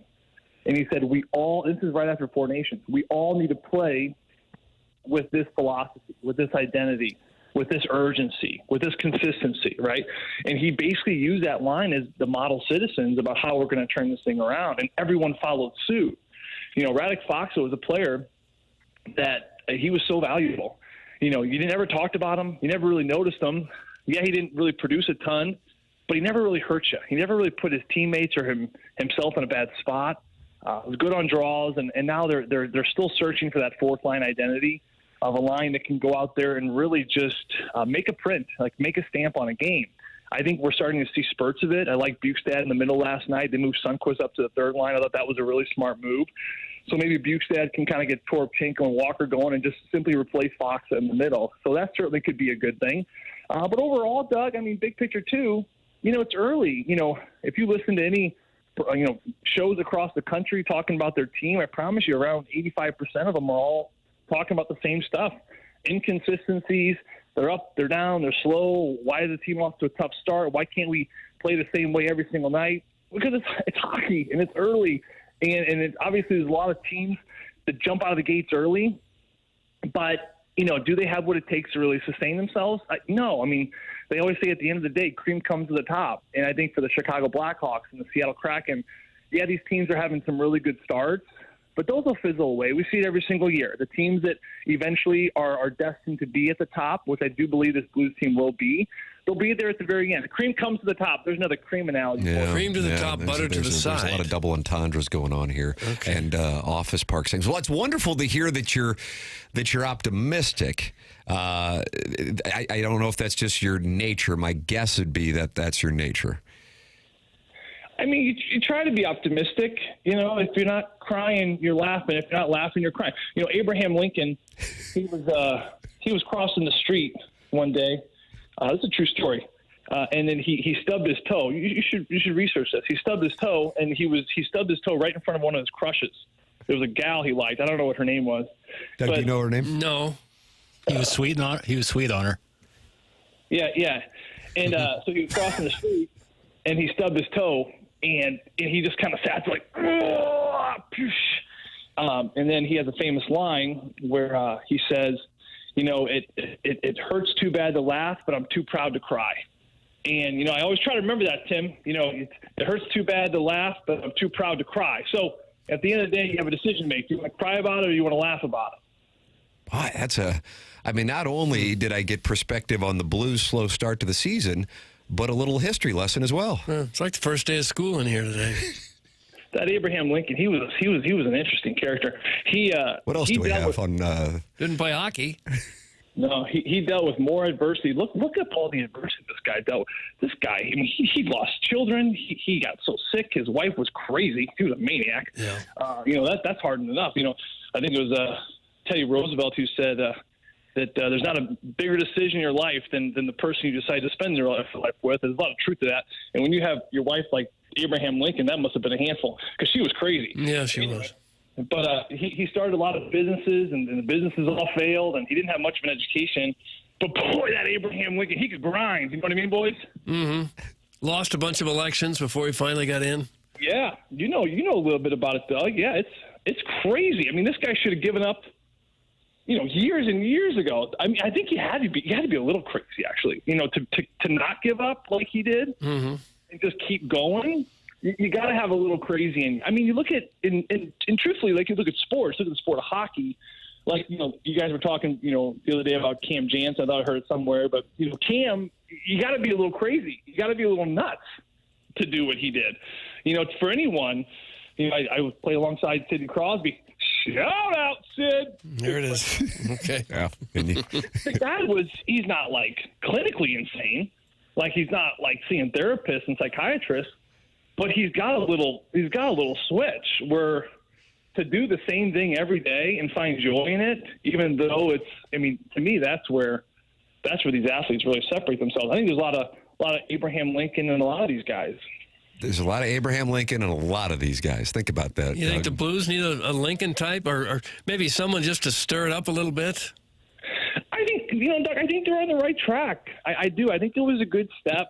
I think it's been some early season woes, but they're still not in a bad spot. I mean, you're a couple games away from kind of reaching back over 500 if you do it right. I think they can get there. Remember, this is a team that has dealt with adversity in the past, and sometimes you deal with it where you don't have enough time left in the season. Luckily, last year they were in a similar spot, but heck, they were in a similar spot in February. I mean, that was way more stressful than it is now. It is still early. You see teams kind of bounce back and turn things around, and when things get heated, they're going to get heated quickly. I'm just a sucker for this goalie tandem. I know it's crazy. I know the numbers don't show it, but these two kids are good, man. They're really good, and I still know that the Blues have the best in the league. I think it's just been a slow start. I think a couple bad bounces have led to some confidence issues, but they're going to turn that thing around. And once you got good goaltending, to me, that can save you some games, and then you start to build. So, again, it's not just being optimistic. I love you guys too much. I'm going to be honest with you. I'm not going to sugarcoat things here and all that kind of good stuff. But no, I'm biased on this team. I'm bullish on this team. They're going to get things turned around here, and it's going to be a fun season. All right. I mean, I will say this, because right now, I'm sure there are plenty of people going, okay, this guy's the Blues broadcaster. He's going to hold rights.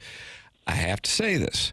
When it wasn't necessarily looking good and they put a couple wins together, you said last year, then by last year, I mean, I'm talking probably in the February-ish, March range, the way they were playing, and this was fresh off that Parayko injury, that there isn't a team, including Dallas or Winnipeg, who would want to face this team right now. They could beat anybody. And I go, man, Joey's high on this operation. And sure enough, Doug, we saw the way that the team finished the season and made their way into the playoffs, and that was not even on the radar when he said it. So he's got equity with me. But I got to tell you, you're going to get called a rights holder. I've just got to warn you that. I think you're a good man. You reached across the aisle to the Irish community. I'm reaching across the aisle to the Italian community, and we can bond. And I just want to warn you that they might come for you for holding rights, Joey. Bring it on.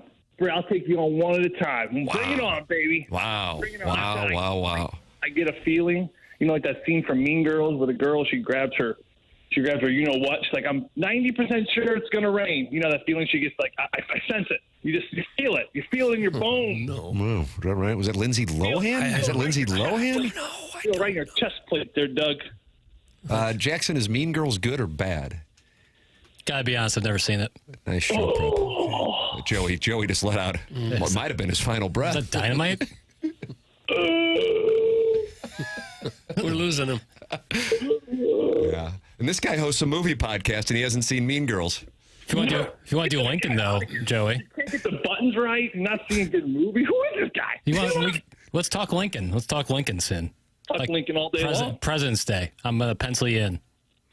Big. All right. Big. Let's talk President's Day. Yeah, you'll have some time off in February, right? Yeah. We're going to have a little time off, an Olympic break. Yeah, all right. We'll talk Lincoln. You going to go somewhere with the family? Unless they need an Italian to do the commentary, maybe the analyst. Listen, I go over to Italy. I'll be with my friends. My friends, I call the hockey game. Look at that. He's doing Brando right here on our show. Sounds just like tissue in his mouth. Can you speak Italian? I can do a little Sicilian. Yeah, it's mostly the bad word. Is that word. different? My nanu, there's a little dialect difference. Yeah, there's a little dialect difference. Yeah, Sicilians, they're interesting. They're hardcore, because people don't know why. Sicilians are tough, boy. But Sicilians, they live in a mountain. The island's like a mountain, right? And follow me here. So a lot of Sicilians, you can't grow crops in Sicily because of the mountains. Okay, this all makes sense. So if you have like a crazy Sicilian neighbor, or like, gosh, my uncle or my aunt or my grandpa was Sicilian, he was freaking nuts. This is why. So it's a mountain island, so you can't grow crops. It's hard to have cattle. It's hard to have cows and chickens, all that kind of stuff. So that's kind of like the peaceful, the ease, the soothing nature, if you will, how to make a living. So in Sicily with the mountains, they had like sheep and they had goats, right? And so you're herding these goats, the shepherds. So Sicilians were shepherds, right? Now why does that have anything to do with how Sicilians are crazy and territorial? Because wolves were always picking the sheep off. Like, so they're always protecting. Back to the wolves again. You're always trying to take the sheep. You're always trying to take their animals. So you had to keep watch at nighttime. You had to watch their sheep so that the wolves and the different things wouldn't eat them, and then people wouldn't steal them. So it's in their nature now that Sicilians they always say you sleep with one eye open, is the old saying, because of that reason. It really has to do with the terrain of the country they came from, Doug. Well, that makes sense. I thought they grew a lot of lemon trees there. No, you're thinking of Sorrento. You're thinking of the Amalfi Coast. Those are our neighbors across the sea. Okay, I guess that's where I saw them. You're talking Palermo. Palermo's in Sicily. I think it's the capital. My grandpa was from Chinizzi, which was in Palermo. But Sorrento and the Amalfi, that's across the bay there, across from Capri and all that kind of jazz. Okay. It's been quite a little geography lesson. Well, I mean, you got American presidents. Mm-hmm. You've got Italian geography. You've got films starring Lindsay Lohan. Mm-hmm. And you also talk a little blues hockey. Help me forget about a 6-game losing streak. See? That's what Joey does. Mm-hmm. Man, that's good. Joey, thank you so much. I hope you do get a chance to do maybe a little bit of trick-or-treating before flying to Columbus, and that it's not like the old 90s Sixer in the Great Outdoors with Dan Aykroyd and John Candy. And I believe was Annette Bening in that, Doug? I don't know if she was or not. She was. It was. Was she no, she wasn't the gal in the shower at the first scene, though, was she? That was a different gal. I don't know. My mom would stand in front of the TV in those scenes. I had a friend of mine. His name's Doug. Doug's a good guy. I call him the big fella. He always tries to watch movies with his young kids. He said, "Son, you're going to watch The Great Outdoors. This is a classic." His son thinks like his kids are young. They're like 8 and 10. So he tried to do his dadly old duty, and he turned on The Great Outdoors, and he forgot that the opening scene was that gal in the shower. So he's like, "Okay, turning it off." I don't remember that scene. I remember another Annette Bening movie, Doug, with the opening scene being in the shower, but it was unfortunately Kevin Spacey. And that was American Beauty, and that won Best Picture in 1999. Am I right? 99 would have been, what was 99? Shakespeare in Love, but 2000. Oh, yeah. Well, the 2000 winner, was that Traffic? Doug, was it Traffic? Here's something else. I don't know. Oh, man, the American Beauty scene where he wants the asparagus at the dinner table, to this day, if you ever need to laugh, just do that. American Beauty scene where Kevin Spacey wants asparagus. Oh, Doug, asparagus, Brian. All over me. Was the 2000 Best Picture winner. Of course it was. Silly Jack. Doug, Abraham Lincoln, Mean Girls, Italian dialects, language, and geography. Yeah.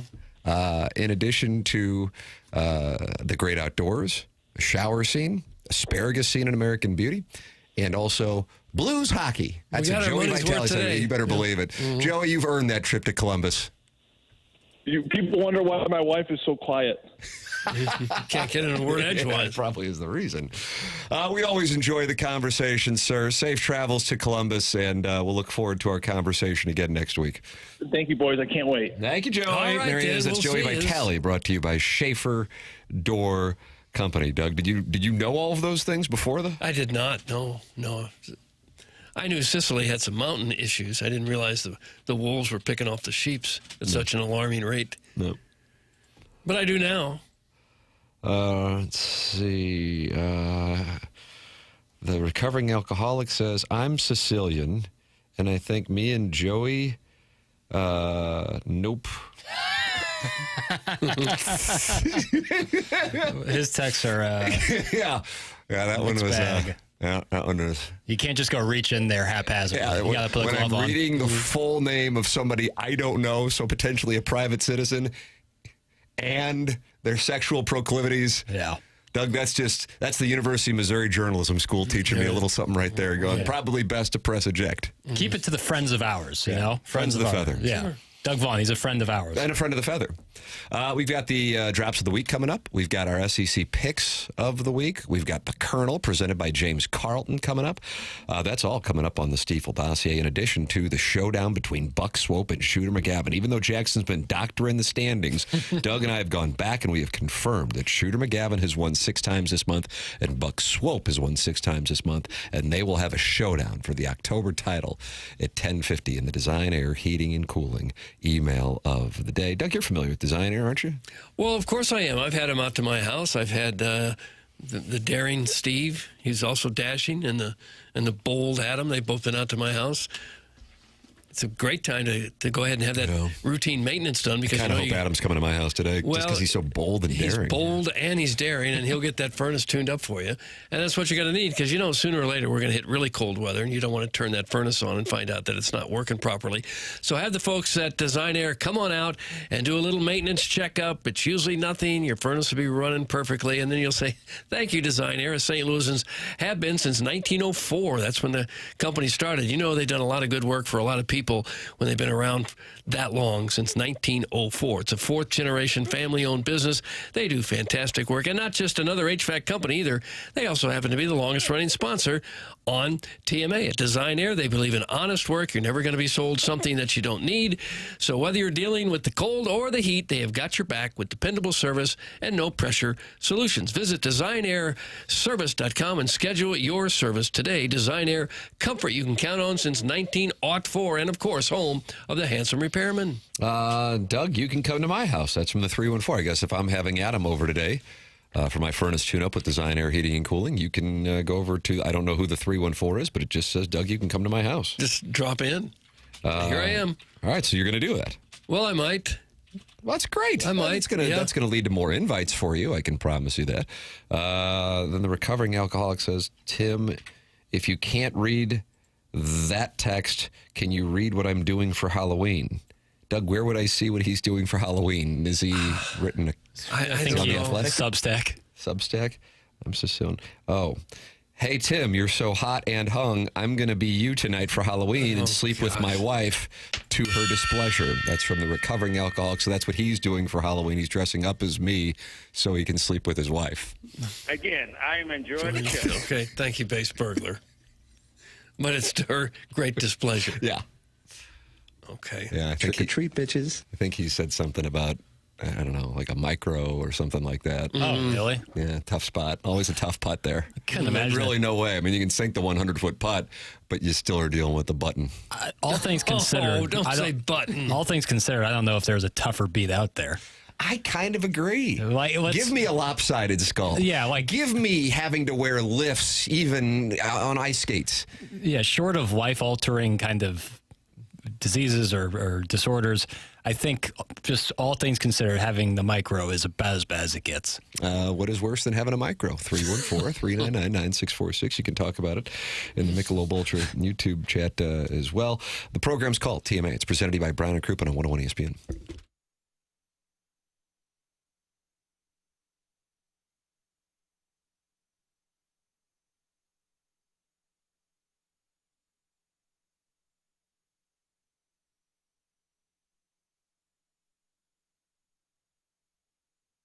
Michael's Flooring is online at igotfloored.com. Did I hear my voice? Did you hear that? It sounded good, though. Yeah, but I mean, that could mean a growth spurt's on the horizon. Yeah, I think it's running on your heels. Yeah. Michael's Flooring is online at igotfloored.com. Family and locally owned for over 30 years. You can go online at igotfloored.com and you can get 3 samples free from Proximity Mills. Just come in or talk to them at Michael's Flooring. You're going to see a difference. They want to make sure they suggest the best thing for you, for your home, and not pushing what corporate's telling them they have way too much of. Their locations are all over the St. Louis metropolitan area. They're in Creve Coeur, they're in Darting Prairie, and they're in St. Peters. You can see why people are loving getting floored by Michael by going online at igotfloored.com. That's Michael's Flooring, in business in the St. Louis area for more than 3 decades. Online at igotfloored.com.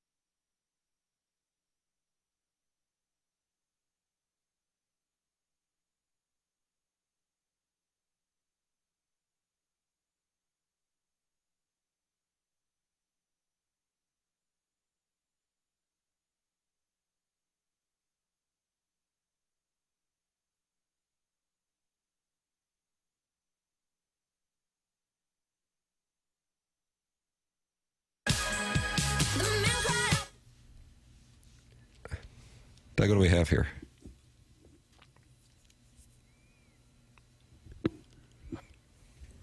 I don't recognize this. Jackson? Heads will roll. Heads will roll. Another kind of Halloween-esque. I'm honestly, I was on a cosmopolitan list of the 100 best Halloween songs. Like the hotel in Las Vegas or cities that are actually trending upward. No, the publication. Oh, the women's magazine. They had a list of 100 best songs for your Halloween playlist. And you went to Cosmopolitan for that. That's where I felt was the best source for such a matter. Wow. Big show. I actually, you tell all your friends and family, if you're not listening live, you're going to have to go back and podcast the Fisher Window and Door Store 8 o'clock hour today, because this is the lead. I just didn't get it until 8:49, 8:55 in St. Louis. Time check brought to you by Clarkson Jewelers, an officially licensed Rolex jeweler. The great Seth Goldcamp of Design Air Heating and Cooling. He didn't include you in this email, Doug. Didn't include you in this email, Jackson. Okay. But me, you, and Rick Reardon, who is a salesperson here at Hubbard Radio. Wonderful gentleman.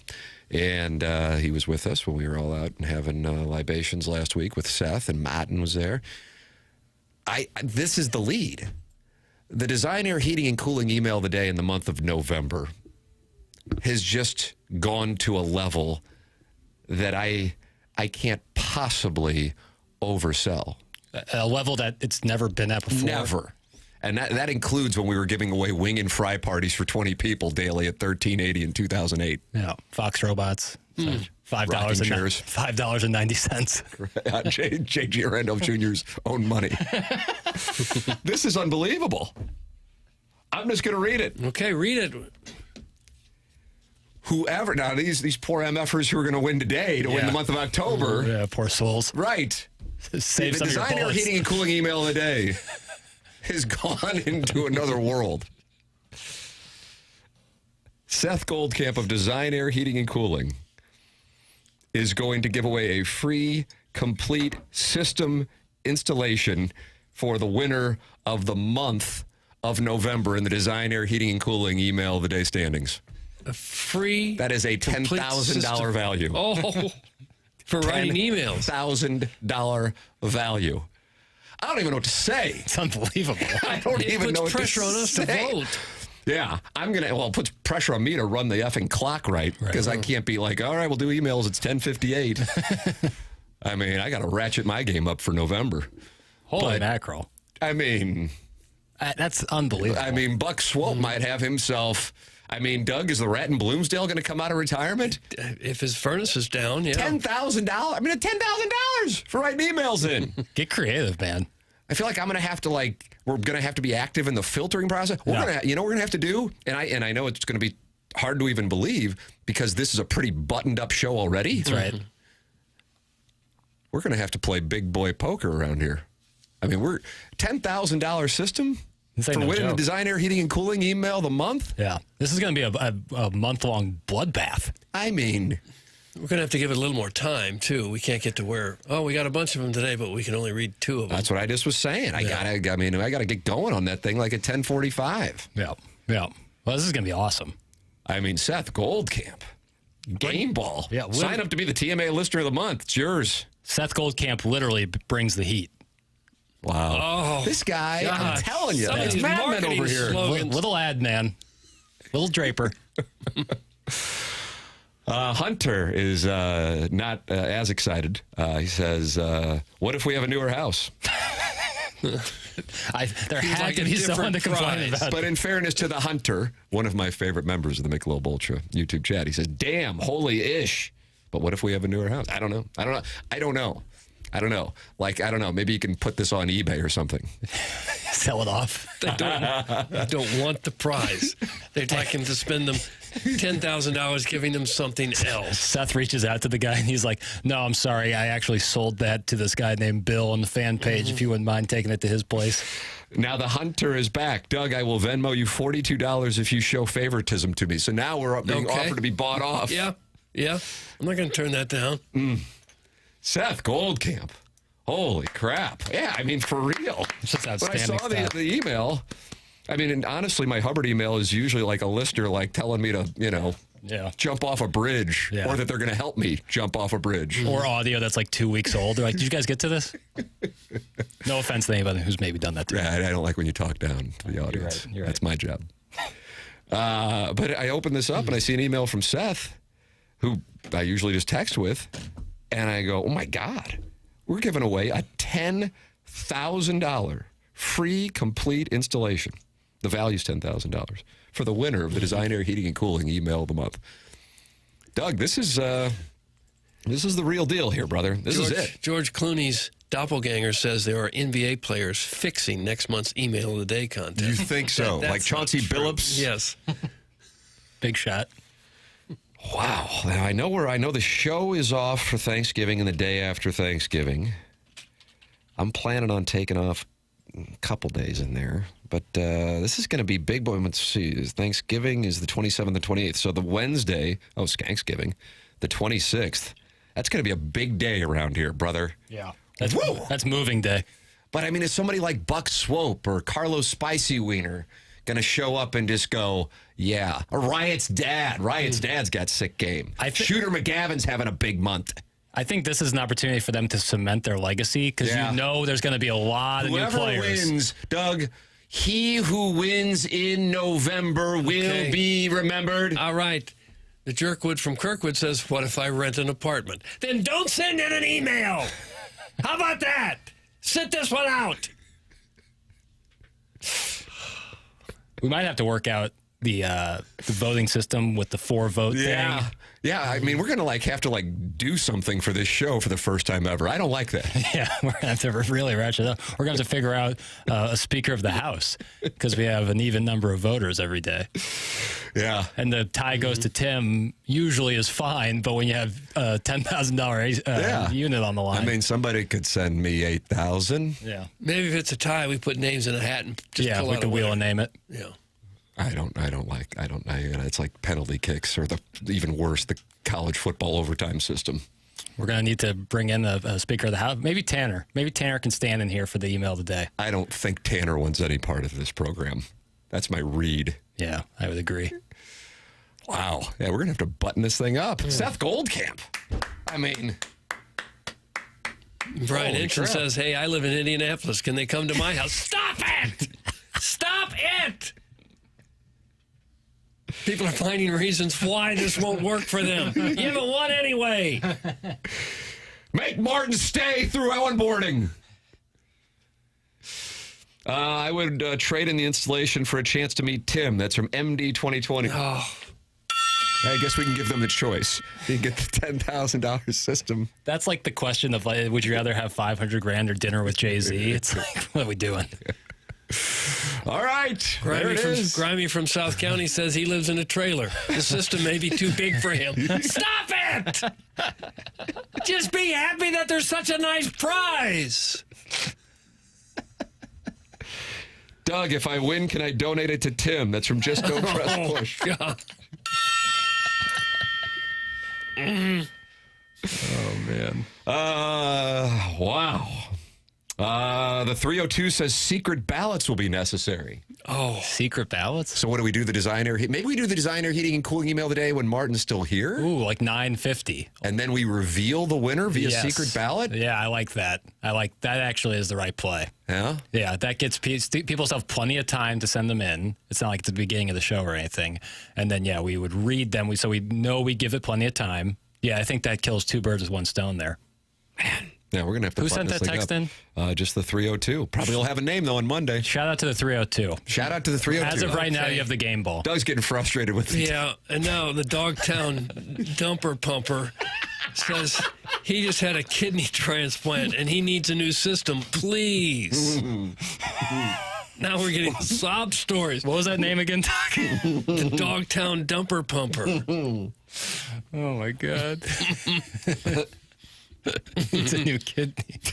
Yeah, your sob stories are not welcome. Wow. Seth Goldcamp. I mean, what a moment. Yeah. Game ball actually goes to Seth. Holy crap. Yeah. Unbelievable. Tip of the cap. Yeah, this is Design Air Heating and Cooling email of the day. Yeah, that's awesome. Yeah. Well, ratchet it up. Save your best material. Yeah, Let seriously. Buck Swope and Shooter McGavin fight it out for today for the winner in October. They will receive $0. Yeah, you win in November, $10,000 system. And then December, right back to nothing. Yeah. Oh, wow. All right. Yeah, I'm telling you. All right. It is Design Air Heating and Cooling email of the day, and it just got real for the month of November, the morning after at InsideSTL.com. And I have maybe even the daring and bold Adam coming to my house this morning. Big day for you. Holy crap. For the furnace tune-up, go to designairservice.com. Support the sponsors. That's the name, especially when the sponsor's giving away this kind of prize. You horse plowing me out there? Unbelievable.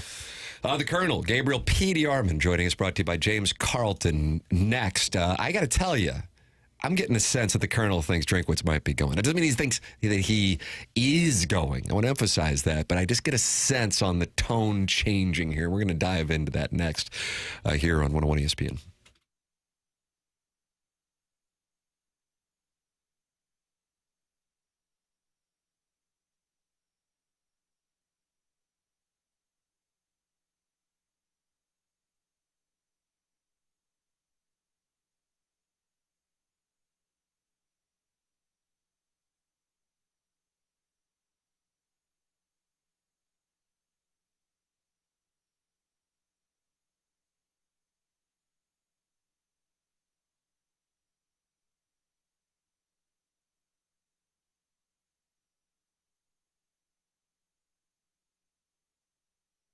Tough to think about what to make for dinner as you're running around. Kids are keeping you running and busy. Well, if you're stressed out from all that, just go to the bistro case. When you go by Schnucks, there's food available that you can know it's healthy, and you just throw it in, heat it up, and ready to roll. The new bistro case full of unique restaurant-inspired dishes, including entrees like blackened salmon, barbecue pulled pork, garlic grilled chicken, all these wonderful, tasty flavors, all available in the bistro case at your neighborhood Schnucks. You can make it a meal by choosing new Pick 3 plates. That includes the choice of the entree, 2 sides. So again, if you're on the run, kids have sports, you're getting them from school, and don't have time to plan out a meal, you don't have to. Just go to Schnucks, check out the bistro case.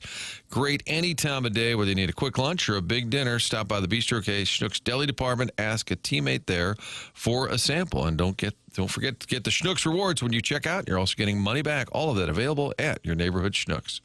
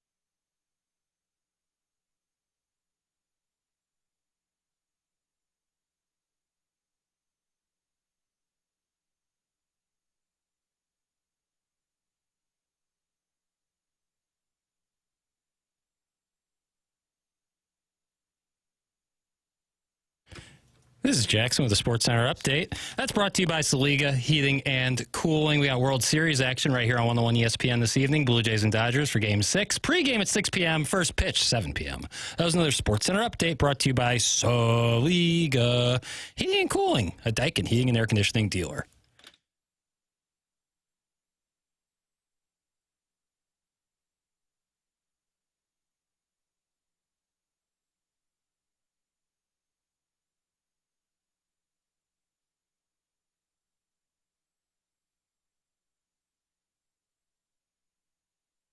To sing a song called Missouri, which I wrote. Oh, my.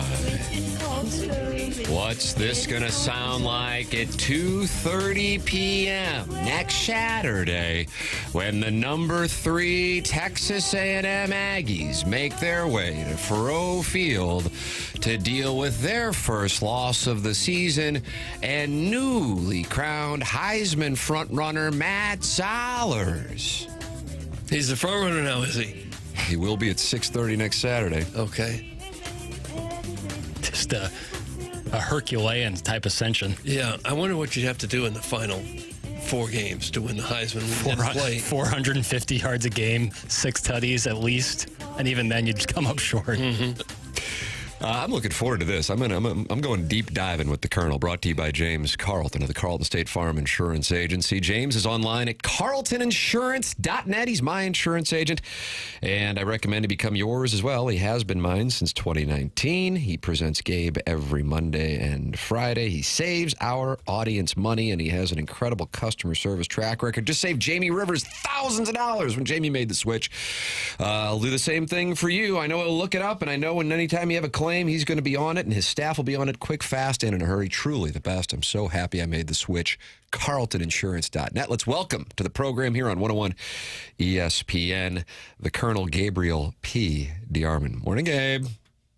What's up, guys? I want to go deep diving here. But before I go deep diving on the coaching situation, and Gabe wrote a wonderful piece this morning on Power Mizzou on it, what games this weekend are you watching, and anybody that those of us hoping for a miracle in Missouri to run the table and get into the college football playoff? What is there something that I would imagine Oklahoma beating Tennessee is a good thing? Am I right?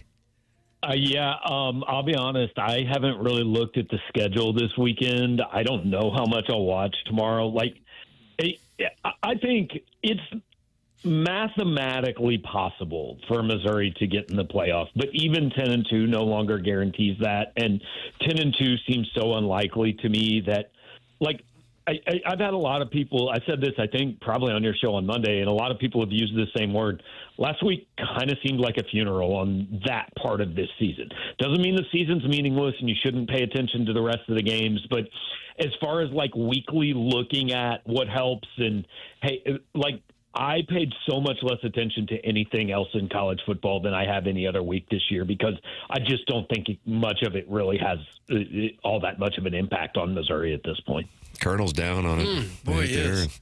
I had to tell you, my question going into next week's game, and really the week in general, and these are two things, and even you as being as close to it, and I don't know who in media in the state of Missouri has better connections on the program than you, that you got two things that there's no way to calculate, and that is if Eli Drinkwitz's situation is whether it impacting him or the players.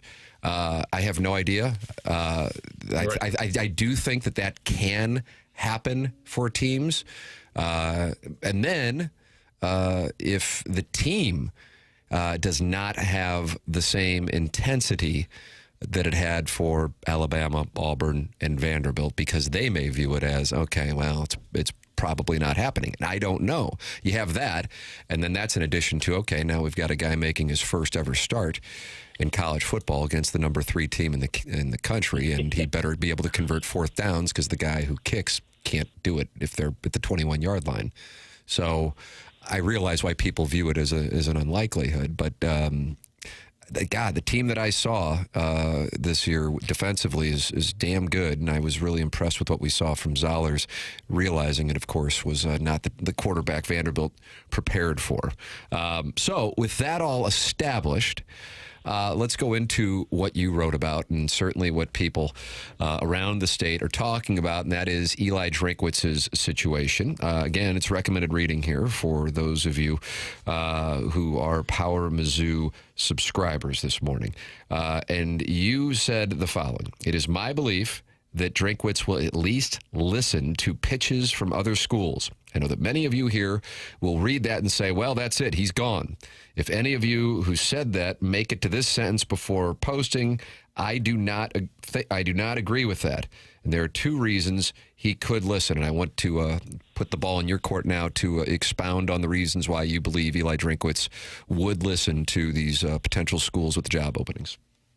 Well, the first one is obviously to, get something more out of Missouri. I don't really view that as a necessity because I think Missouri will give him pretty much whatever it needs to give him. Like, I think he could go to Laird Veatch or Moon Choi or the Board of Curators and say today, hey, put this on paper and I'll sign it. And I think they would put it on paper today, almost without exception.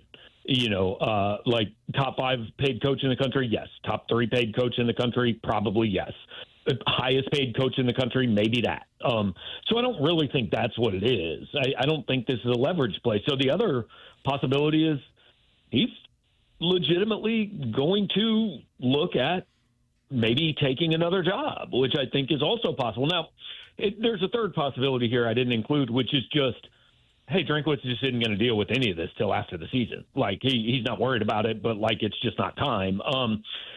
And I do understand skepticism on that one because I would share it. Like, it kind of seems like the noise has reached a point where if that was the case, you would kind of want him to say something.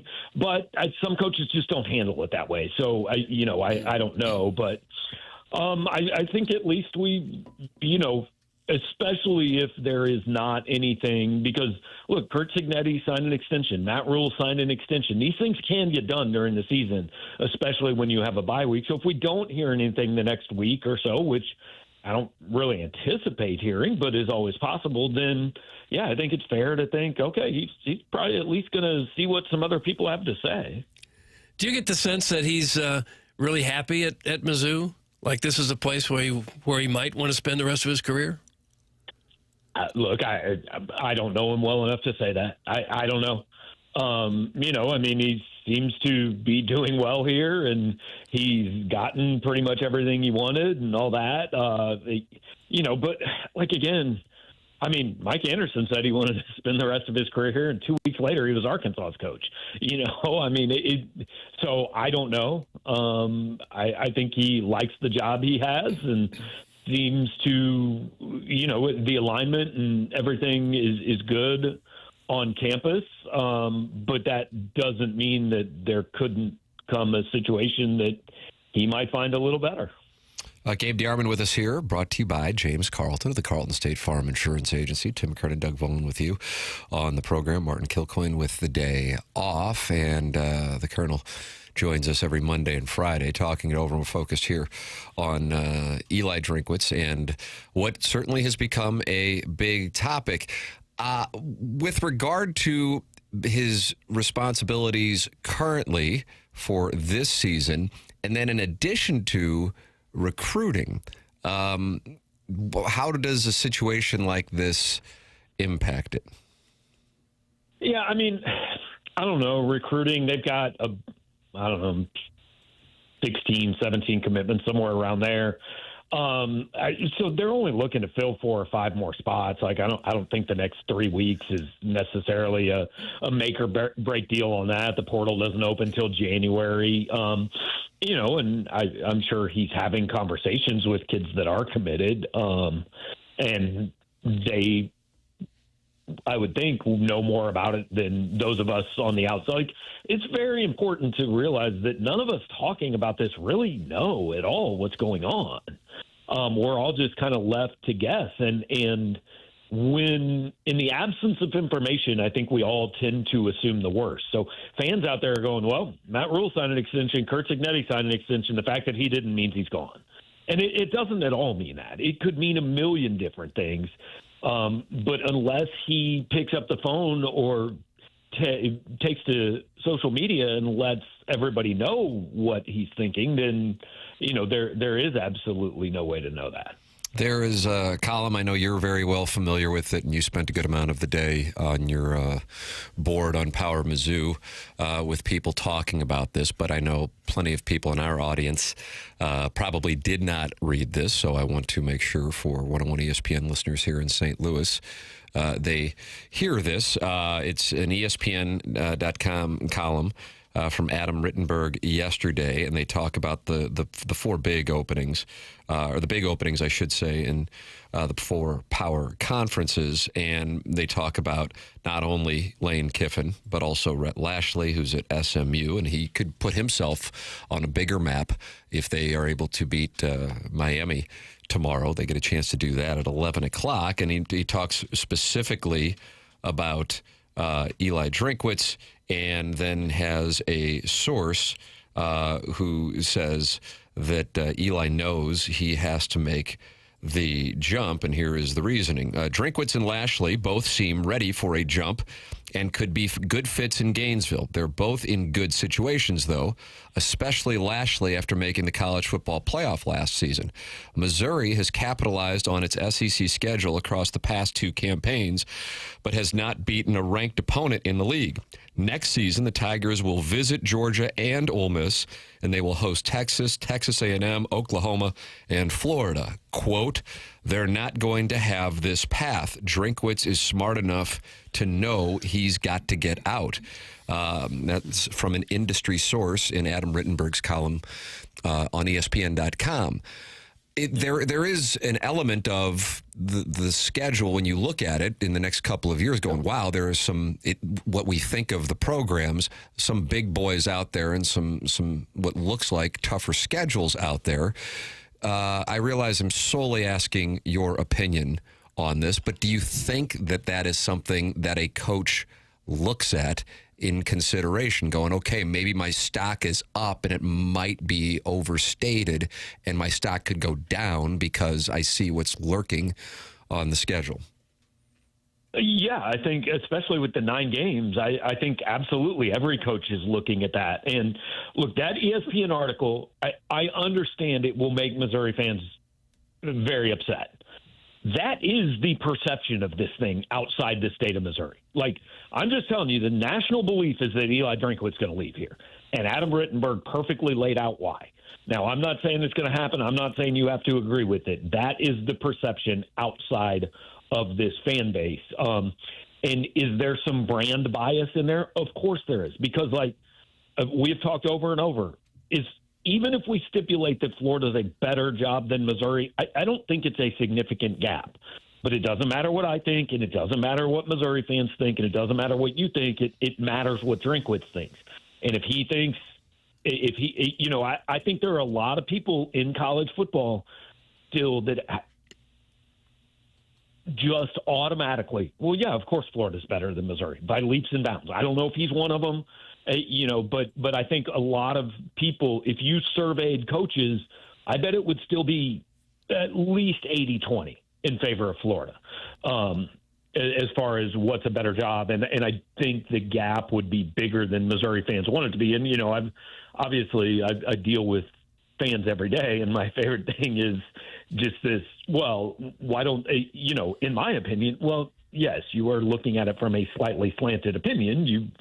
Of course, Missouri fans believe Missouri is a better job than non-Missouri fans believe it is. But this whole thing comes down to Drinkwitz's answer to those questions. And part of the problem right now is there are so many jobs open, more going to open. I think there are really only 3 that we're talking about that would have any sort of a realistic chance to hire Eli Drinkwitz. Like, there's a reason nobody's bringing up Arkansas or Oklahoma State or something like that.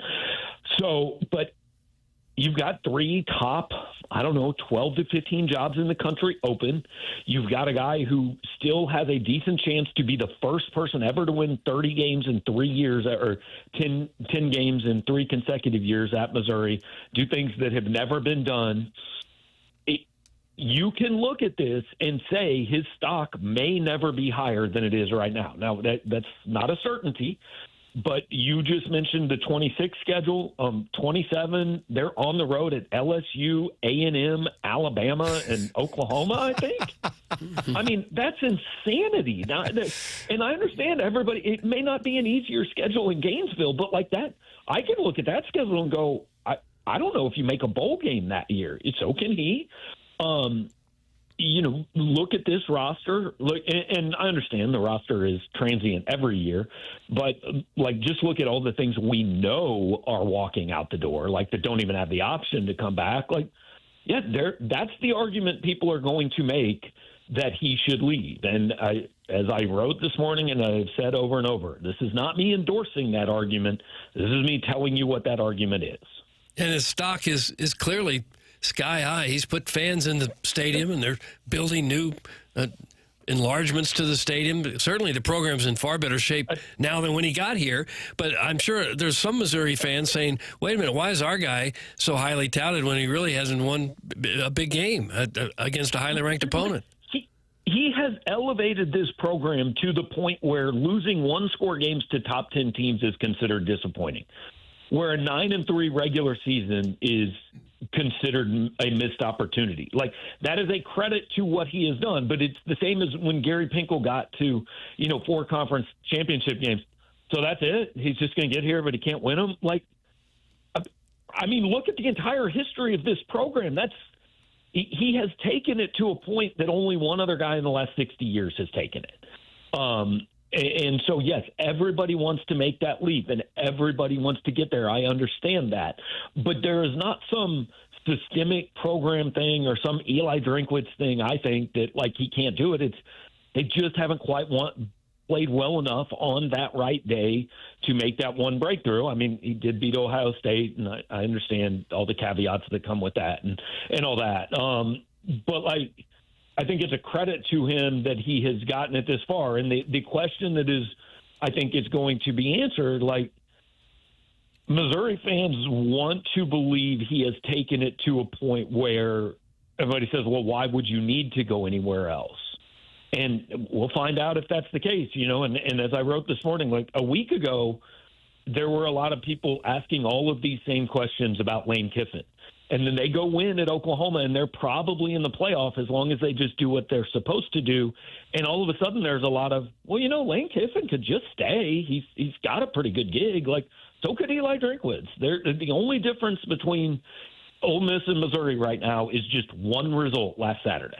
And you rank the jobs that Missouri fans, if you want Eli Drinkwitz to stay in Columbia, should be concerned with. And I want to make sure I'm giving your rankings properly here. You say LSU 3 because you think they're probably going to be able to get a bigger fish. Also because it's an absolute mess right now. It's good entertainment, though, isn't it, Colonel? Yeah. And Penn State 2. And then Florida is the one that you have at 1. Your reasoning, sir?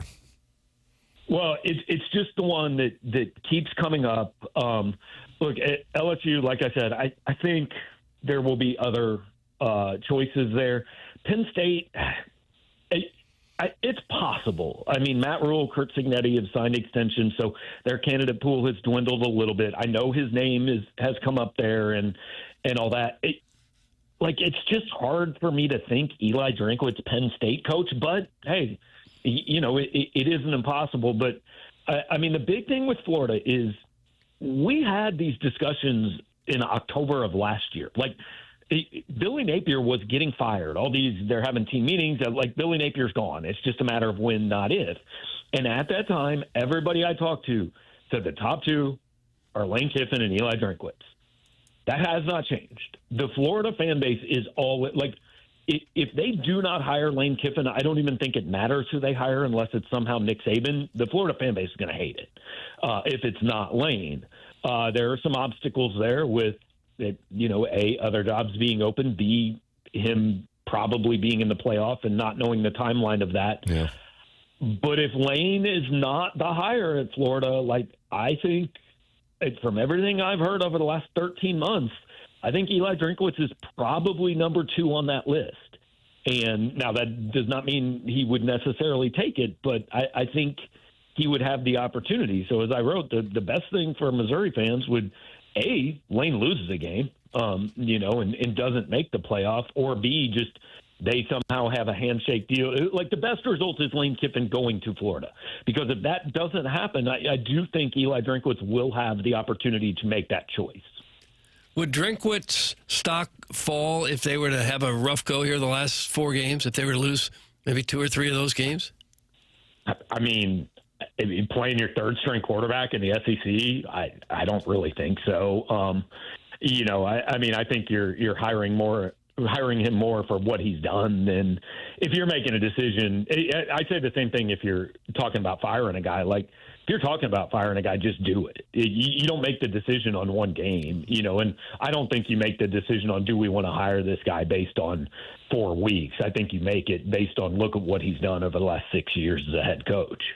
For the record, Ole Miss's schedule, I don't know if you could get a more favorable setup in the SEC. I guess they could have Kentucky in November, but they have South Carolina, and it's a night game tomorrow in Oxford.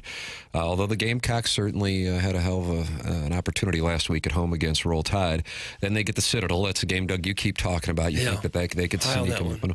Florida is in Oxford, and then they get their arch rival at Mississippi State on November 28th. And, if they win those 4 games, they are in. That is one of the only teams that isn't at the moment, people talking about as far as being and winning their conference championship. And by the way, Ole Miss could do that too. But obviously A&M leading their conference, and Indiana and Ohio State at the top of their conference, where people are going, yeah, that team is in, and that would be Ole Miss because of that schedule. It's very favorable, and if that happens, Lane Kiffin is coaching on the weekend of December 20th, and if that happens, that means programs have to wait for him to be done. At least you would think. He's also probably coaching a home game he will be favored to win on December 20th.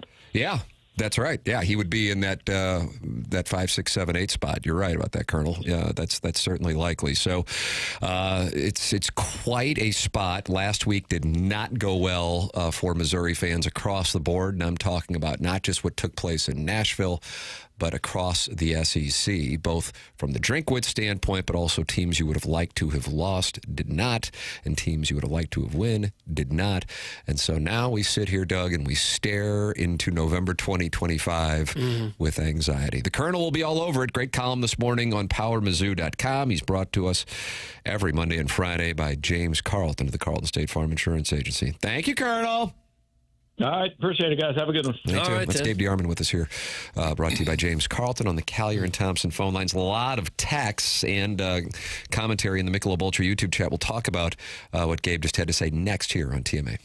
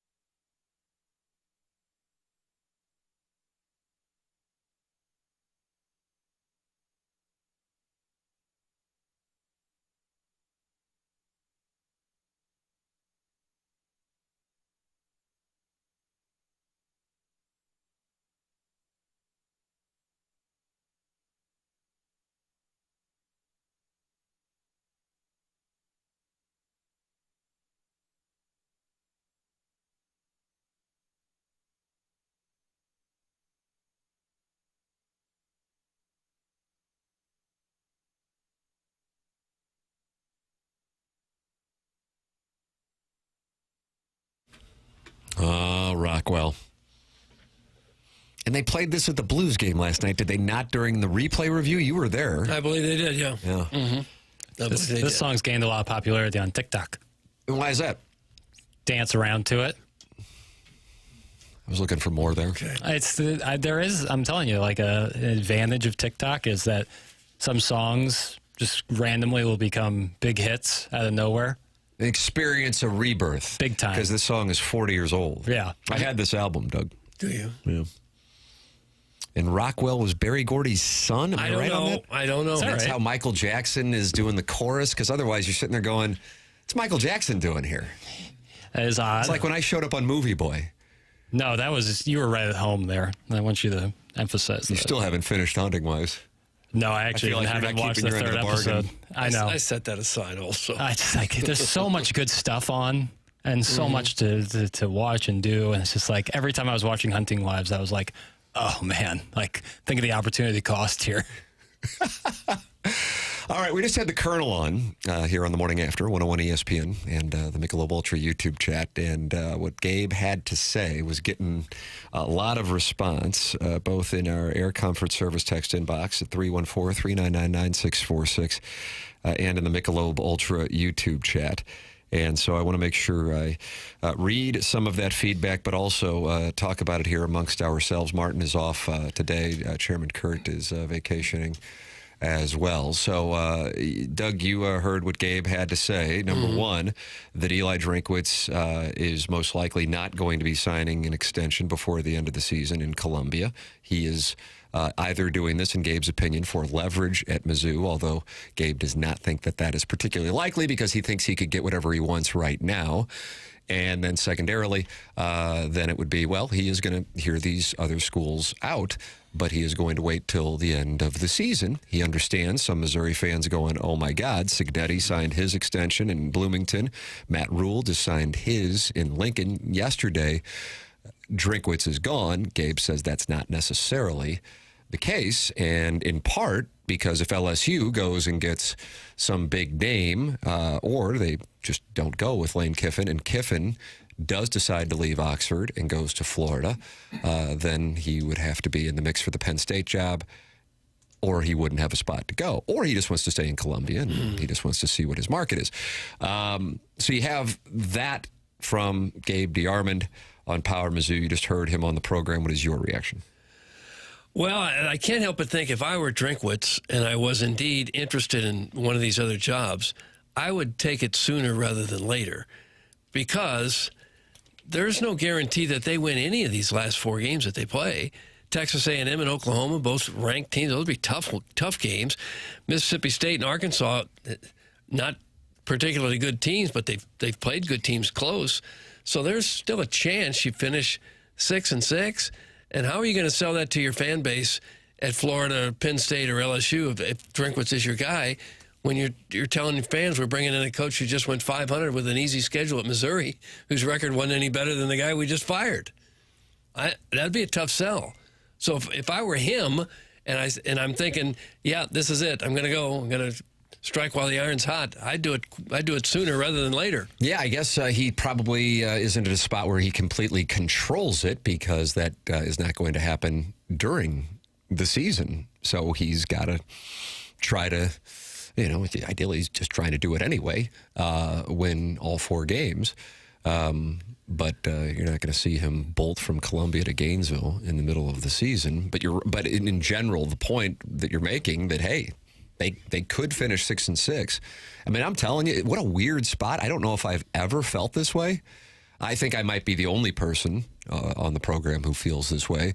But I actually think they could finish 10-2. I know that probably is going to be like, oh, you're a homer. But I was also the same guy who says they're fortunate that they only lost by 3 against Alabama 3 weeks ago. And even if they would have beaten South Carolina last year, they weren't going to the college football playoff. So it's important to contextualize that for those who were not listening to the program then.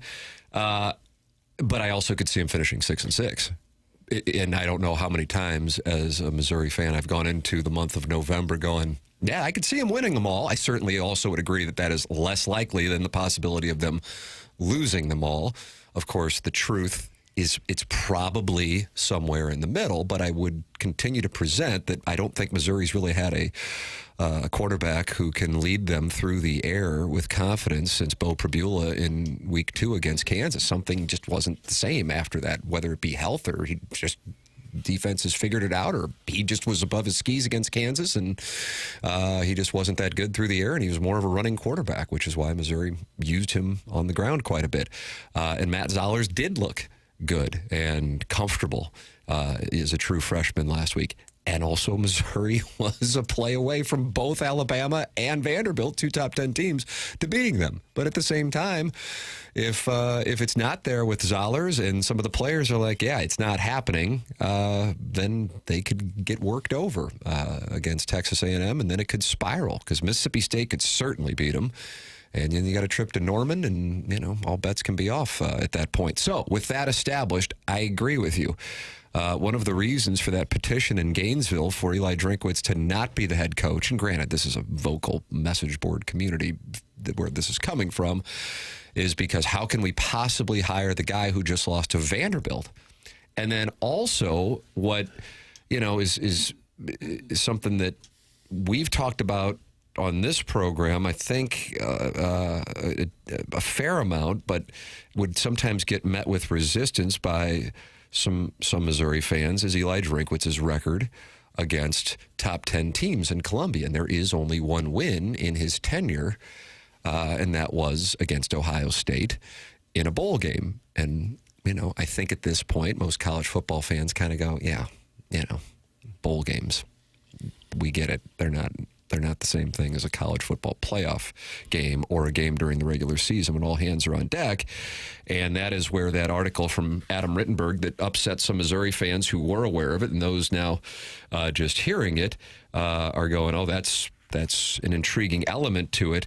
And that is Rittenberg talking with a source who says Drinkwitz knows that the schedule that Missouri has next year is going to be a hell of a lot more difficult than the schedule he's had the last few years when he's built up this resume. And he notes Missouri has capitalized on its SEC schedule across the past 2 campaigns, but has not beaten a ranked opponent in the league. Next season, the Tigers will visit Georgia and Ole Miss, and they will host Texas A&M, Texas, Oklahoma, and Florida. Quote, they're not going to have this path. Drinkwitz is smart enough to know he's got to get out. Jackson, what are your thoughts? So that point right there I find very interesting about the schedule next year, because if you are Eli Drinkwitz and you are someone who is looking to constantly ascend to the next biggest job or next biggest paycheck, which we totally respect, then this would be the perfect time to get out. You have the combination of you've just come off, like he just said, couple years of softer schedules where you've had double-digit wins, you've turned a program, you've made a little resurgence, and now you have the opportunity where next year's schedule is going to be hard. There's so many vacancies that a guy like him is all over these hot boards. Like, this would be the perfect time to get out. And Gabe puts Florida as the one that he, if you're a Missouri fan wanting to see Drinkwitz stay, worries about the most. Florida's opponents in 2026 at home. They do have Ole Miss, but they also have South Carolina, Vanderbilt, and Oklahoma.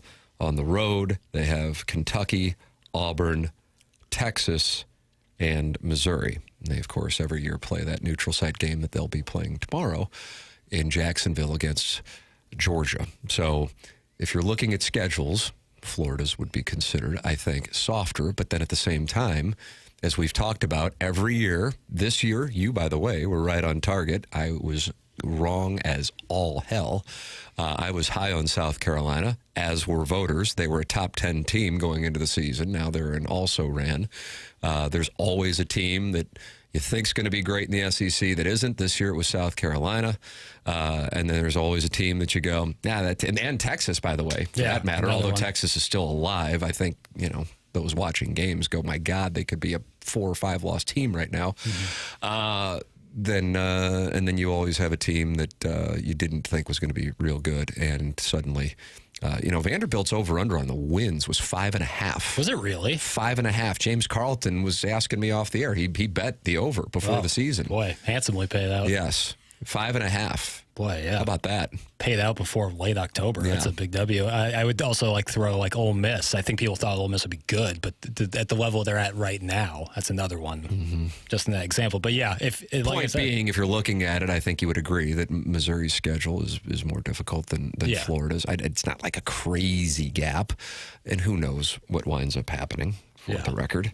And him not doing the extension right now, to me, isn't like a massive signal that, it's likely he's going to leave, but it certainly puts that in that category. It moves it to okay, that's an example of a possibility of him leaving, is not signing the extension now. It also could be maybe he's confident in his team's final 4 games. I would be surprised given the status of the quarterback situation, but maybe he's really confident in Mr. Zollers. That's the hope, if you're looking optimistically in the short term. If he were to leave, it seems like the Mizzou program in general is in pretty good shape to acquire a darn good coach of their own. Now, the problem is there's so many teams looking for coaches. Yeah. That's what makes it hard. I've always thought there's no reason Missouri can't be what Oklahoma and Nebraska were in the 80s and the 70s and for decades, really. No reason they can't do what Indiana's doing now or what some of these schools that have been perennial powerhouses. But there's no reason. We got a big state, 2 huge cities in the state. We're not competing against another big Division I opponent in the state. I mean, it's prime. It's right here, fertile ground for some hotshot coach to come in and take it to the next level still, I think. Which is one of the reasons why Penn State and LSU are held in the regard they are. Certainly, they, of course, have the history that Missouri lacks. But Penn State runs Pennsylvania, and LSU runs Louisiana. Florida, you're competing with Florida State and Miami. Recently, you've seen UCF and South Florida have their runs as well. So, yeah, there are all kinds of recruits there per capita. Florida's gold. LSU certainly has it too, but Florida's competing against a bunch of schools in state in addition to what you got in the SEC surrounding Gainesville, Florida. So there is that factor as well. All right, let me read some of the feedback we've been getting here. If Drink leaves, they should get James Franklin. I think it's a no-brainer. That's from the Hunchback of Vaughn Castle. Doug, why do you hate the Missouri State Bears? That's from Kurt's former coworker. I don't hate them. I don't. James Franklin's going to be a Hokie, I think. I think it's all but... I mean, that's the reporting we're seeing right now, is that he's highly likely to take the Virginia Tech job. Is that right? Mm-hmm. Who's reported that?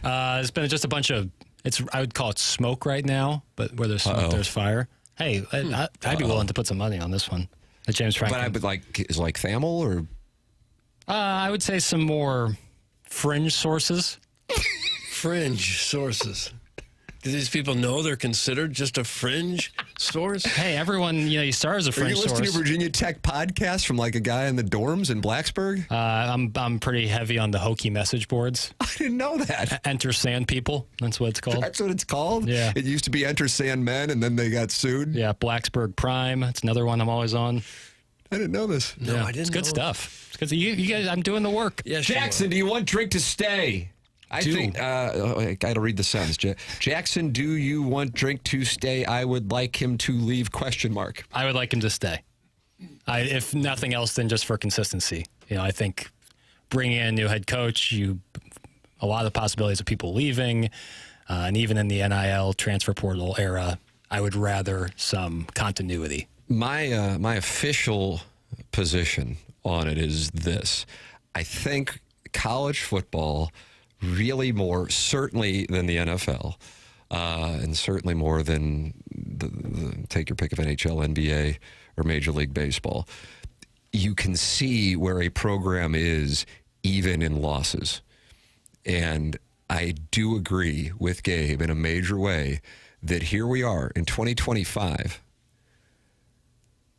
I don't know, complaining is the right word, but being disappointed, which means we had hope/expectations of different results for the Vanderbilt game in particular, but also the Alabama game, and where this thing was in 2022. So I'm not going back real far, and how it's progressed. Now, with that said, I think that a portion of the Missouri fan base has, so I want to give significant credit for that. With that established, I think there is a portion of the Missouri fan base that has kind of canonized him. And then you go, well, you know, what has he done? And then that's when that Ohio State conversation gets up. And then you kind of get into a weird conversation, and I just try to avoid it.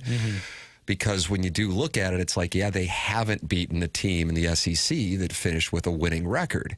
So, but I also think, in a sense, that's kind of part of the process. And if you are in the mix in these games, and they absolutely have been this year across the board, there hasn't been a Josh Heupel's running it up in 2022 to 66 points game in a long while. And I realize they got blown off the field in Tuscaloosa and College Station last year. But they still were good enough in the end to win the coin flip games against Vanderbilt, Auburn, and Oklahoma. They stayed in the fight in those games, and to their credit, I think they were probably pretty much overmatched against South Carolina by the end of the season, and they took a lead late, but they lost that coin flip game and still were able to have a very good season last year. So with that said, you can see the progress, and I would hate to see it revert to where it was in 2022, even though we're going to bowls. 2022, 2021, the late teens, I worry about that. I like the progress. His legacy in Columbia, for the majority of people, can ascend here over the next 5-6 weeks, or it can be, oh man, Eli Drinkwitz, and he comes on the field next year leading the Gators and be booed. You know, that's what you got. And I know that might not be of importance to him. If it were of importance to him, I think he probably has already signed an extension. I think the fact that he hasn't, if I'm a Missouri fan, I'm going, that doesn't mean he's leaving, because he's got to get the job first. It takes two parties. But if he really, he could have gone Signettiing and Matt Ruling, and I don't really know how you can spin that otherwise. In other words, Missouri wants to dance, and he doesn't just yet. Yeah, the idea of him getting more money in the offseason is probably inaccurate. I would think that from Mizzou. Yes, I think. I think he would get more. I think he can get more, but I think, like Gabe said, he could call his shot right now. Right. You see, so there's he's not in a spot where I can leverage this interest. Quinn did that, and by the way, I don't fault people. That's business, man. That's not what's going on. The Missouri fans got tired of Mike Anderson. I think he flirted with Oregon and somebody else before eventually going to where he was an assistant with Nolan Richardson. But the job's going to have to be open, and they're going to have to want him. And like you said, Doug, hey, you know, the administrations in Happy Valley or Baton Rouge or Gainesville might be high on him. But if the fan base is going, okay, he finished 7-5, and who is he beaten? And you're telling me we got rid of James Franklin for this? We got rid of Brian Kelly for this? We're Florida, and this is what we're going to do? That's a well taken point, and that's not going to change. Right. That's there, and that's a real thing. So that's why what takes place in the month of November is so significant, both for Drinkwitz, but also for these other programs. And yeah, if you're a Missouri fan who wants to see Drinkwitz stick around, be pulling for South Carolina tomorrow against Ole Miss. Be pulling for the Citadel, Doug, which you've circled. The Orson Woods wacko not only doesn't want Drinkwitz to go, he's calling for his firing. He says Drinkwitz will get eaten up and puked out at LSU, Florida, or Penn State. The slack he's been given at Mizzou won't be at any of the other schools. If he wants to go, let him go. The grass is never greener. Bye-bye, carpetbagger. I start a petition to have him fired. Wow. I mean, he goes from Sam Horn insider to petition starter. This guy moves quick. Wants him out. Ow. Interesting. What does this Orson Woods wacko know? I don't know. He was on the Orson Woods wacko's Kirby Moore? It's true. He would not be given the slack at LSU, Florida, or Penn State that he has here. But that's the other thing, too, is he has a lot of control at Missouri. Like, he clearly has the ear of the AD. He, you know, the fan base, by and large, really likes him, whereas if he goes to Florida or LSU, that will not be met well. There's just no way around it. Unless they beat A&M next week, maybe that will start to turn the worm a little bit, but even then. He could win at Penn State easy. You play one or two tough teams, and the rest are cupcakes. That's from Hal and Hillsborough. The path to the playoff in the Big Ten at this moment in 2025 is certainly easier. Now, that could change with the private equity and as NIL starts to filter into, the randos in that conference, which I don't know if they're regretting it or not, but their rapid expansion into places where even when it was going on, you're going, Maryland, Rutgers? Buzz says the coaching carousel is like the marriage situation in Clayton. A lot of moving around and buyouts. Is that what goes on? I think Buzz might have a nice analogy there. You're welcome to give your thoughts. 314-399-9646. That's how you can text in the Air Comfort Service text inbox. Call in the Callier and Thompson phone lines, 314-974-0101. And then you got the Michelob Ultra YouTube chat. Tim, I love you, but you need a coach. You need a new coach. Drink ain't it. Here's another one who wants him fired. Gosh. Yeah, that's why I was trying to give an official stance, which was you can see the progress. I think that, like for hardcore Missouri fans, when people would push back, like they really didn't like that line in the ESPN article yesterday about how he has feasted on the weak schedules and going, what are you talking about? They beat a 17th ranked Tennessee and 20th ranked K-State. They finished ranked. But I think the article was talking about 2024 and 2025, not 2023. And that observers in the SEC and around college football are going, yeah, they got 10-win seasons, but it hasn't exactly been by beating. Yeah. And then when they do go against the big boys, it hasn't gone well. But I do have to say, and this is kind of where you go into your encyclopedia of remembering when Missouri would be playing a top 10 team.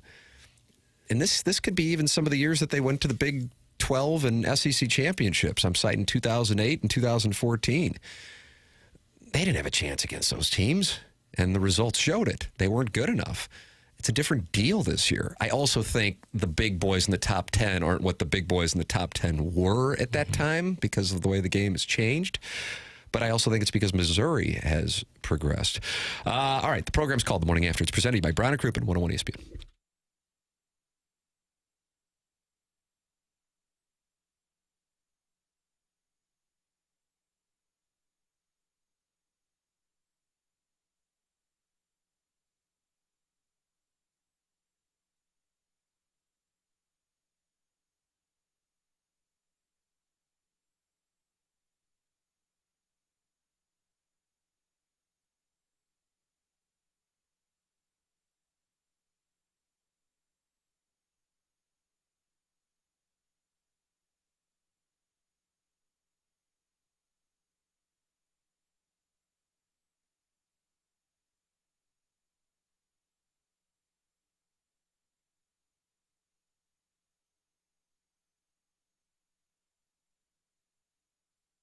Psychiatric Care and Research Center has an opportunity for TMA listeners to make money. Just go to pcrc-stl.com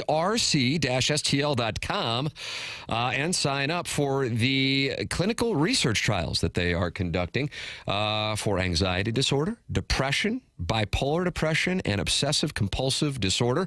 They are providing compensation for your time and your travel. The office is in O'Fallon, Missouri, so if you're in the St. Louis area, you're not going far. It's Dr. John Canale, and he has been in practice for over 40 years and has more than 20 years of experience conducting clinical research trials. He was among the first psychiatrists to establish a practice west of the Missouri River in St. Charles, bringing decades of expertise and leadership to the field of psychiatry. All you have to do if you are interested is go to pcrc-stl.com or call 636-244-3593. That's pcrc-stl.com.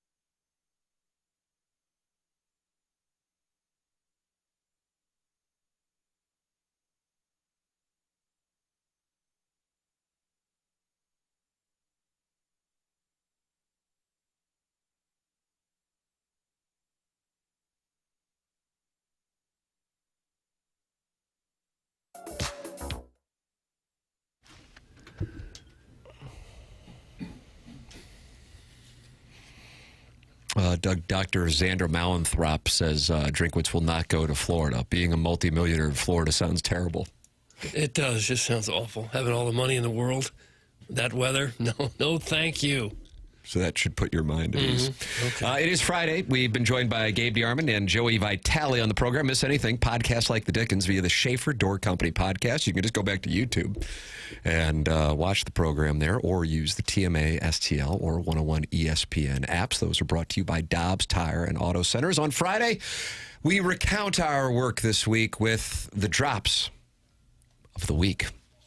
Morning after. Drops of the week. Yeah, you gotta drop it like a hot dog. It's a wonderful drop. Indeed it is. Flip that off. Flip that off. Flip that off. Flip that off. Flip that off. Yeah, I got no idea. Think it through. Is this what we're doing? Just letting nerds call in and try out their best bits? Hey, this is the unknown DJ. I have no desire to go see Santa locked up in some warehouse in the hood. You get a BBL. You could come in here flat as I don't know what, and leave thick as a Snicker. That's a hot take. Justin Jeffrey, say his name. Guys, we've established no talk about lotion bottles, no suicide jokes. Like, these are the rules on the show. You'd be pretty upset, wouldn't you? No. Well, I was rooting for him, too. I had a bet on him. I was like, a bet? It's $30 bet. How about my whole life is bet on them? On my mind and in my brain is just absolute profound sadness. Doug, who did you say was the hot one at 98 degrees, Jeff? Now, who in the hell do you think it is? Like, this is ridiculous. Redunculous. Guys, I can't do this stupid shit all night long. Oh, that was drops of the week. I forgot who the guy was who was crying. I knew that was going to get you going He's again. the guy at 93-3 in Seattle after the Mariners lost. I mean, I'm telling you. Now, Jackson and I, we were down on Monday.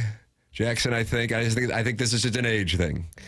You were a little more down than I was, but we were down after the Missouri Vanderbilt game.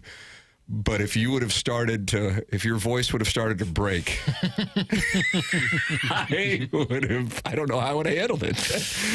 I would have gone, well, this audio is going to live forever. The gentleman, I can't recall the guy's name, but he's been doing it for a good long while in Seattle. I mean, I'm talking about longer than, this thing's been around. I think it goes back to the 90s. And he started going through these terrible Seattle sports moments. He goes, 94 with the Sonics and Nuggets was tough. He's not over that yet. I believe that's when Sean Kemp, the Rain Man, was swept by Dikembe Mutombo, and then he's in the lane holding the ball. Do you remember that? Not really. And then yeah, you do. And then Russell Wilson, Pete Carroll, they decided to throw the ball, Doug. They had Marshawn Lynch. Yeah, that was a tough for the Sea Pigeons. Probably some Bulls and Sonic stuff, I'd have to imagine. The glove? Yeah.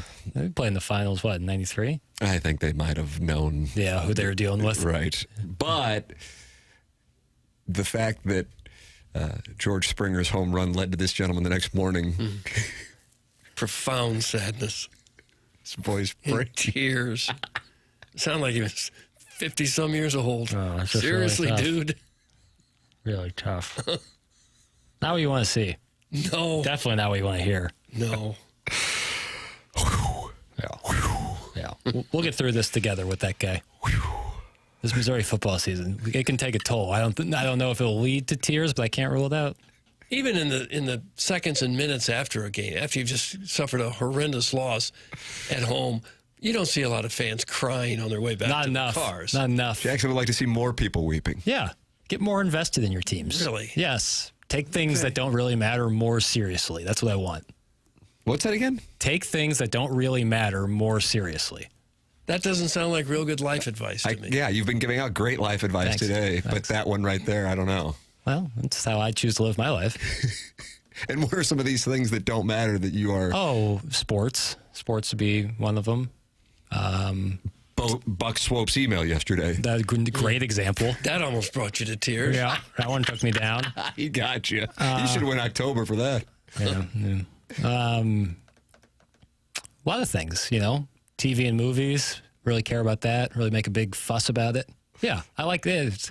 Getting involved in the trivial. Get involved in the trivial. There it is. Well, you're on the right show. But that's good advice. Email in about the trivial. The morning after at InsideSTL.com for our design, air, heating, and cooling email today. That is coming up. We will make our SEC game picks coming up. It was a rough week for the show last week. Rough. Let's see if we bounce back this week. It's TMA 101 ESPN.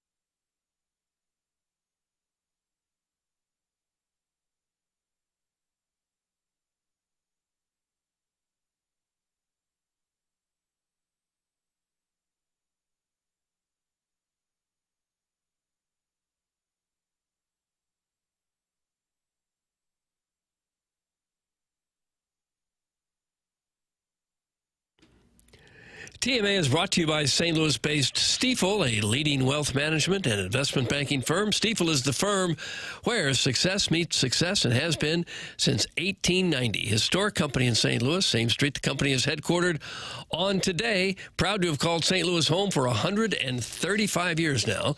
They partner with the Cardinals and the Blues and now the Stifel Charity Classic.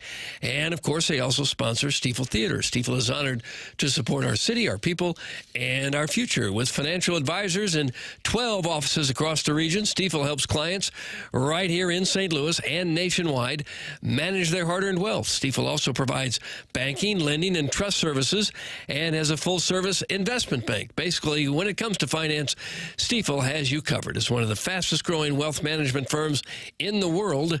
Their tagline is, where success meets success. Stifel Nicholas and Company Incorporated, member SIPC and NYSE.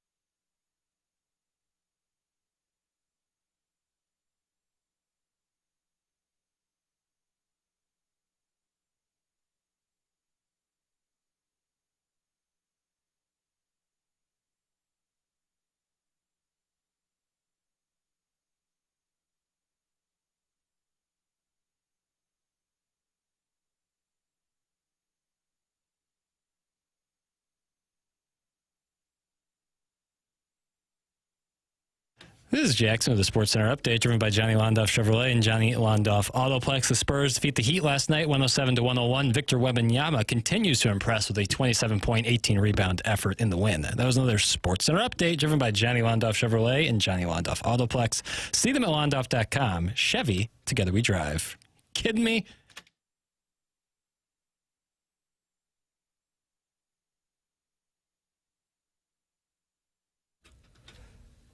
So, Doug, this is an example of a song that is from the 1980s but experienced a resurgence on TikTok. Kate Bush. Is that right? But maybe that was more of a Stranger Things. For sure. Stranger Things. Yeah, it's all right. I just got scolded. Well, some of that resurgence is because the music was so good back then. Yeah, I know. It's people discovering it for the first time. Right. You don't think we're going to be listening to Astroworld in 2045? I don't know what that is. Stargazing. I doubt it. There's a lot of music that's big now that we won't be listening to much in 20 or 30 years. 5% tint. What about Sabrina Carpenter? Oh, that's timeless. I don't know enough about. I know who she is, but I don't know enough. When Did You Get Hot? That's a tune right there, man. Mm-hmm.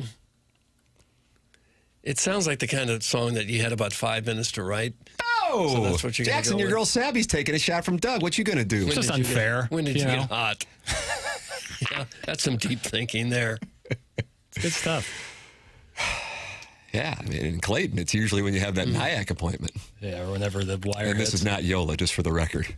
My wife's not going to go get free filler.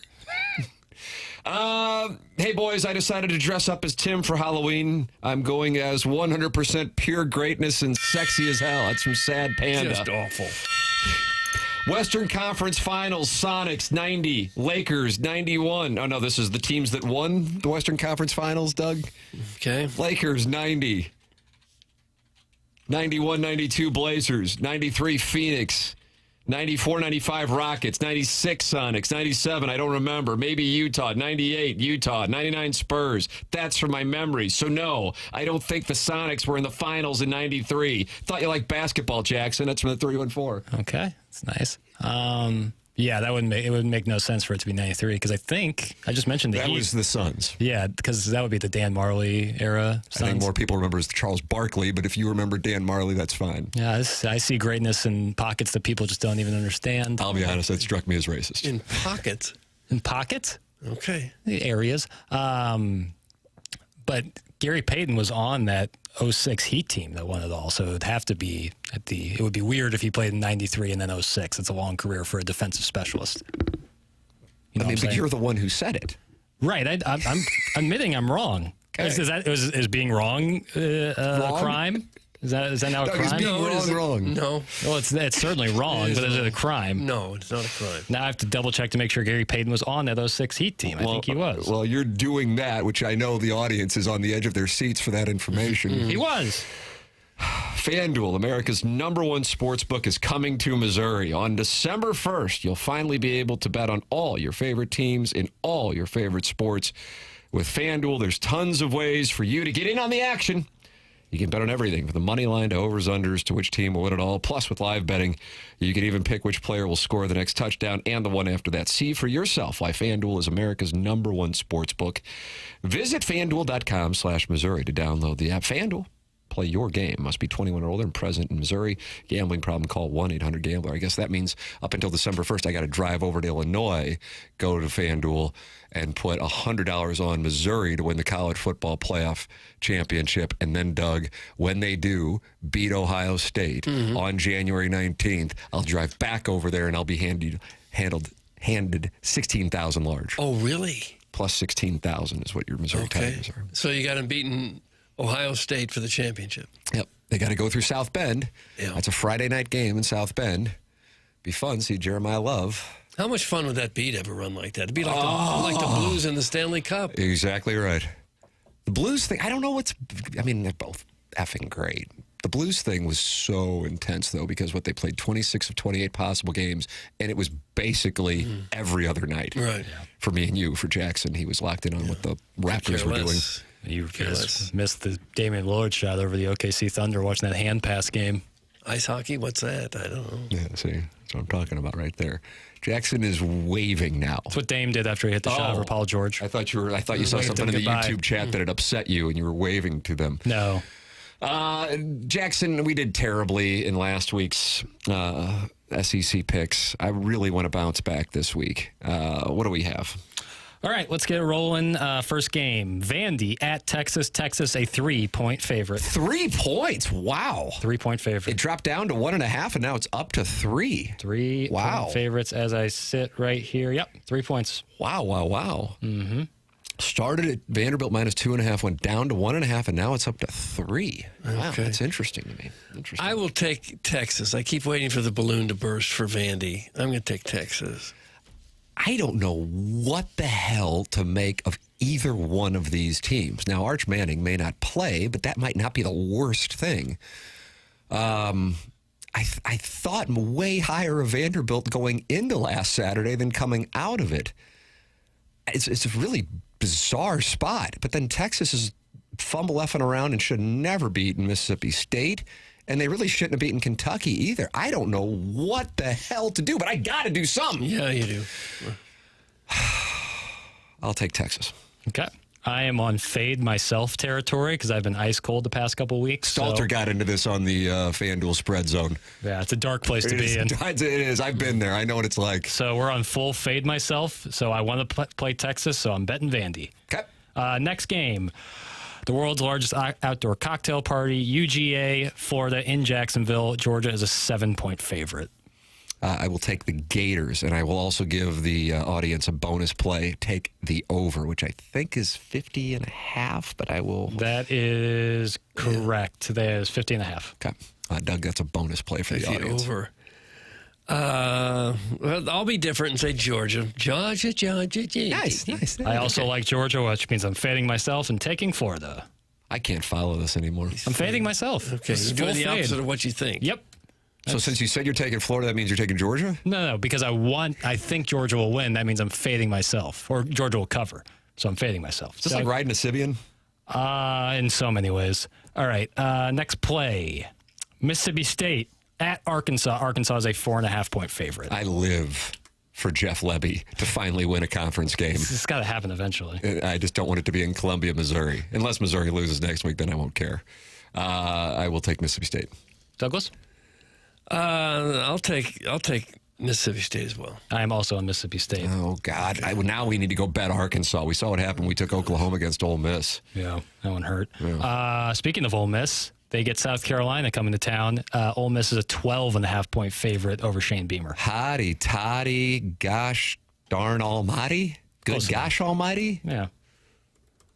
It's a big number. Okay, it is a big number. I'm on South Carolina. I'll say that. Are you? That's too big a number. I'll say it's not too big a number. What's the number? It's 12.5. 12.5. That's a big number. I'll say it's not too big. I'm going Ole Miss. Okay.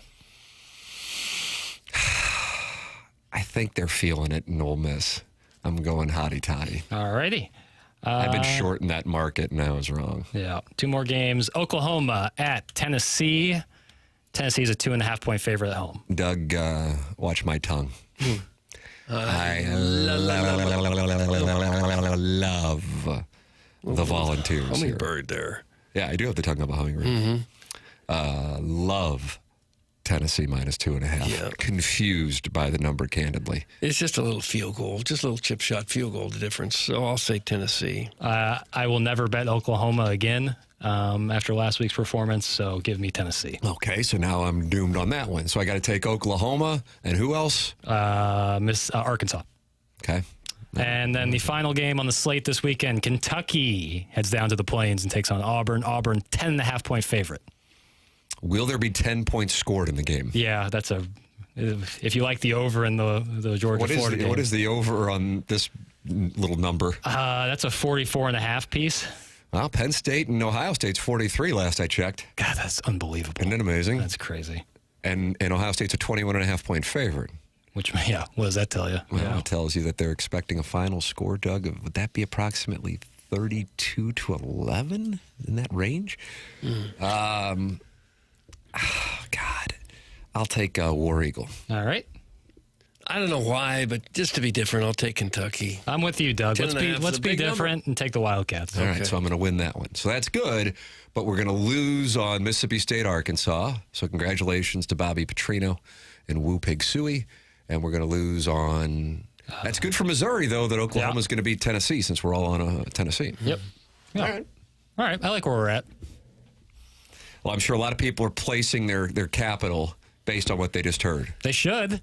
We're not only Tim actually is above 500. We move markets for the last couple weeks. Mm-hmm. So, and even then, I don't think it would cover the juice. No, so absolutely not. It's tough. All right, there it is. The SEC picks are in. The program's called TMA, presented to you by Brown and Crouppen. Coming up, the fast lane attacks Jackson's basketball skills. I haven't heard the audio yet. I can't wait to hear it. It's coming up next. Then we got that design, air, heating, and cooling email today. It's TMA 101 ESPN.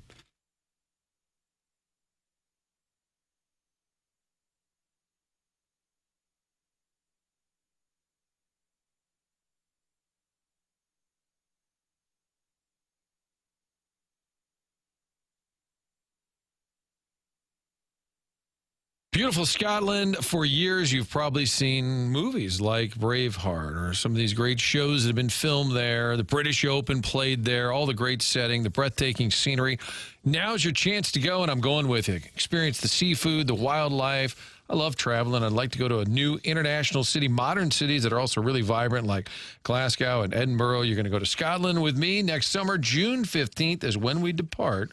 Going to be an awesome trip, and Colette handles all the details. Going to go to the famous castles, the Orkney Islands. I just started getting online and looking up all these cool places, the Highlands and Orkney Islands, and seeing what the Isle of Skye looks like. You can almost start to visualize yourself being there when you check out online these great cities. Just a fun trip, spectacular Scotland next summer, June 15th. Call our friends at Altair Travel to find out more. That's 314-968-9600.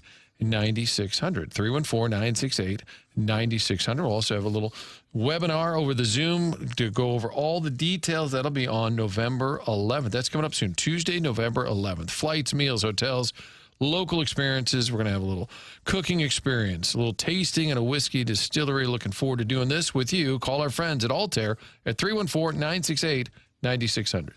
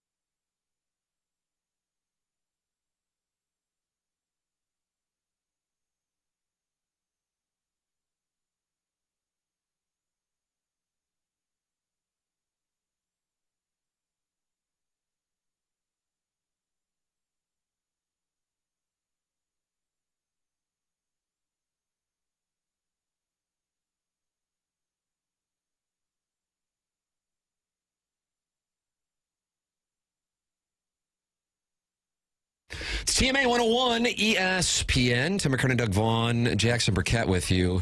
Doug, as you know, we are at war with so many shows. Radio Wars is not hackneyed. It's intense. I've had security around my house ever since we got sideways with the Riz show and with the Fast Lane. It's not for the weak at heart, that's Thank for you. sure. But now they're going after Jackson on the Fast Lane. What happened here, Jackson? So I was alerted to this, I think via Twitter, that someone tweeted at me that Jamie said I play basketball, or I think I'm LeBron James with basketball. And I was like, huh, and I don't know. So I went and found the audio, and I was like, oh, it's deeper than that. The context is Anthony was reading one of the promos for Tee It Up with TMA. Yeah. And sign up. This is TMA, STL.com, 101ESPN.com to play with me and Jackson, brought to you by Michelob Ultra. That's at Fox Run Golf Club, the Bee's Knees. The Bee's Knees, yeah. Really fun time. So he was reading that, and they were kind of going over our golf ability, and this is kind of what happened here. Yes, I'm sure they do. They're I'm good sure golfers. Tim. Yeah. I know they're both good golfers. I don't know about Jackson's game, but I know Tim played with golfs a him. lot. I play with Jackson. Jackson's a real deal. He's good. Yep.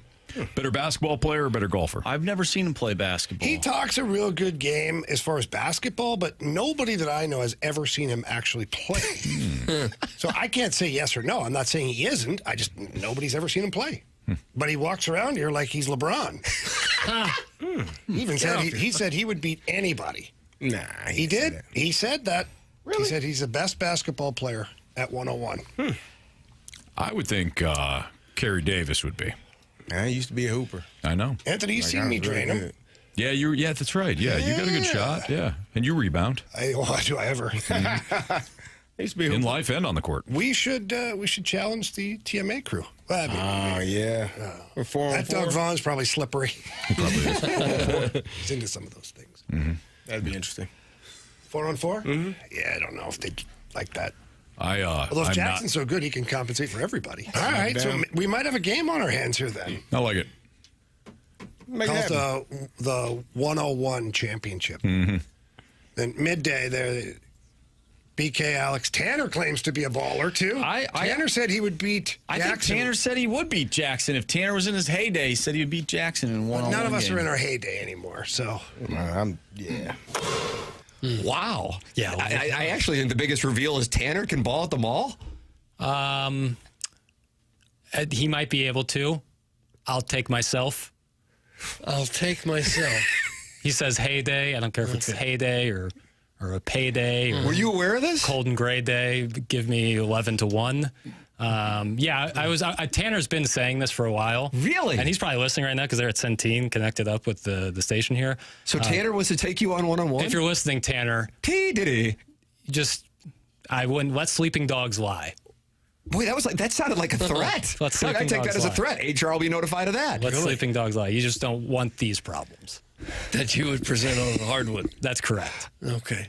That's correct. You can doubt. It's fine.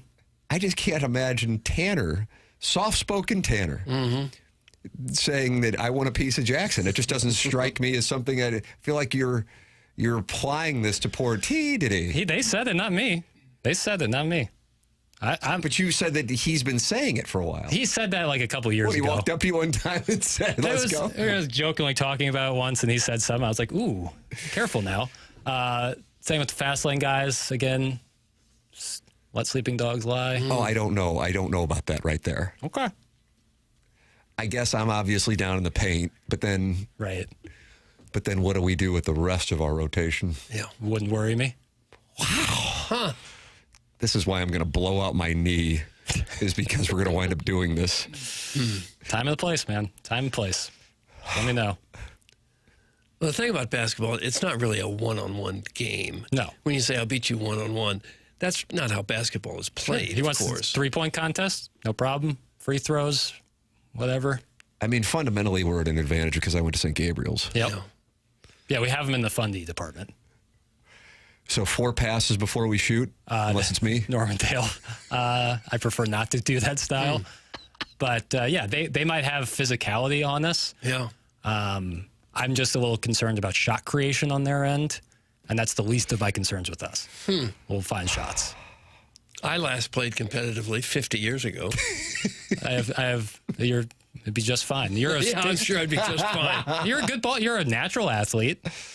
And it's just 15 footers, nothing but net. You don't have to worry about getting any boards. Yeah. Don't worry about that. That's what Martin will do. Martin's going to get our boards? Yeah. I mean, I think we're at a distinct height disadvantage just by my mere presence on the roster. For sure. And there isn't really a weak link height-wise on the fast lane. No, they got us in the height and the physicality department, but that's unfortunately not how you put the ball in the basket. You hear that was folksy, that delivery. You got to be able to shoot the rock. Very much so. So... You know, the last time I did something other than play golf, it was the Cardinal Fantasy Camp in 2019. And I made it pretty clear to manager Alan Bennis that I didn't really want to hurt myself because golf season was starting up and I was going to be in Florida for the next 6 weeks. And that didn't play as well in the locker room as you might think. I know Nolan Arenado likes to take time off and for mysterious reasons. But in the fantasy camp, Doug, it means business. If you're going to go up against a chiropractor from Belleville who's turning 75, you got to be... Got to be right. Got to come correct. And so I was basically just kind of sitting on the bench doing what I did at the University High School the one year I got on the team and talking it over with Alan Bennis and my teammate Ryan Franklin. And I know it was an honor for those guys to be able to be in a uniform with me. It sure was. And they knew it at the time. And Ray Langford, for that matter. And Ray made the observation, I noticed you don't really play.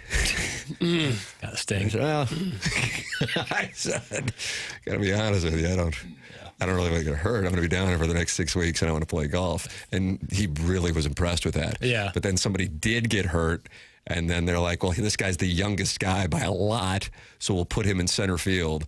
And I think it was Bernard Gilkey who hit a ball, God, maybe about 300 feet past where I was positioned out there in Jupiter. And Alan Bennis began to berate me from the dugout for all to hear. No. How'd you do on that one, Jimmy Baseball? Little did he know, if I would have run hard, I would have risked golf season. And that's kind of where my mind is on this potential showdown with the fast lane. Okay. If needed, I'll select others. I want to ride with my guys. I want, if I had 3 picks, I'd pick. You going to talk to Tatum? Tim McKernan, Doug Vaughn, and Martin Kilcoyne. Yeah, if you could pick anybody. Yes, in the building. If I could pick anybody, it'd be you 3. I ride with my guys. But, if you guys want to back out, fine by me. Sounds like T. Diddy's replacing me. I'll take the midday show. I'll take BK and Ferrario. I'll take those 3. Oh, wow, Doug, you just got cut and you didn't even know it. You weren't even... I want to be with you guys, but I want this to happen. There needs to be some respect put on my name. That's all I'll say.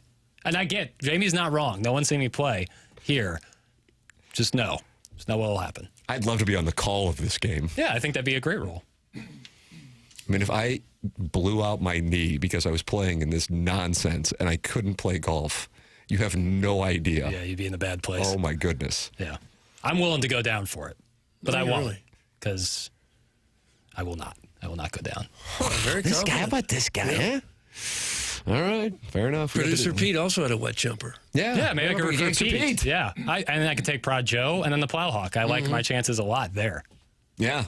That Plowhawk scored like 28 on Sean Livingston. Yeah. And he's well hung, right? I'll put him on Rivers. I'll put him on Rivers. Plowhawk on Rivers. Jamie could flick the Plow. The Plowhawk weighs $118. That's a reach in. That's a reach. He's Ball all up over top, please. Ball up top. Tim, stop being so humble. You're a certified bucket. It's from Mr. Nipples. Don't you like being called a bucket? No. We got a showdown in this design, air, heating, and cooling email today coming up. Shooter McGavin, Buck Swope tied for the month. Going into this one, it is TMA 101 ESPN.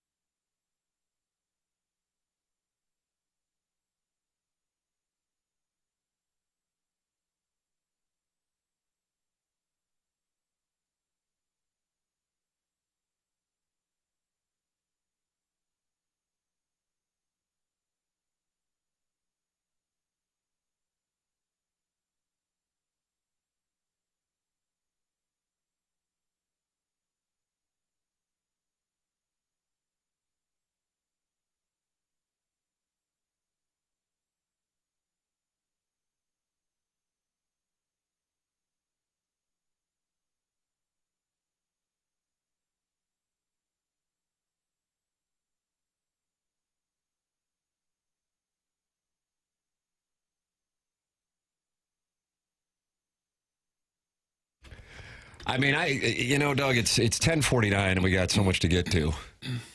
So I don't know what to do. Well, we just plow ahead. Yeah. That is exactly what Collier and Thompson would do if they saw your kitchen. They would plow ahead. They'd say, boy, this place needs plowing. Well, they don't really have a plow at Collier and Thompson, but they got all the tools you need to turn your house into a show place. Don't wait any longer. You know it's looking dated. You know it's not looking great. So turn it over to the best in the business in this town, and that's the folks at Collier and Thompson. Carolyn Beard and Bob Stride have been the owners there for many years.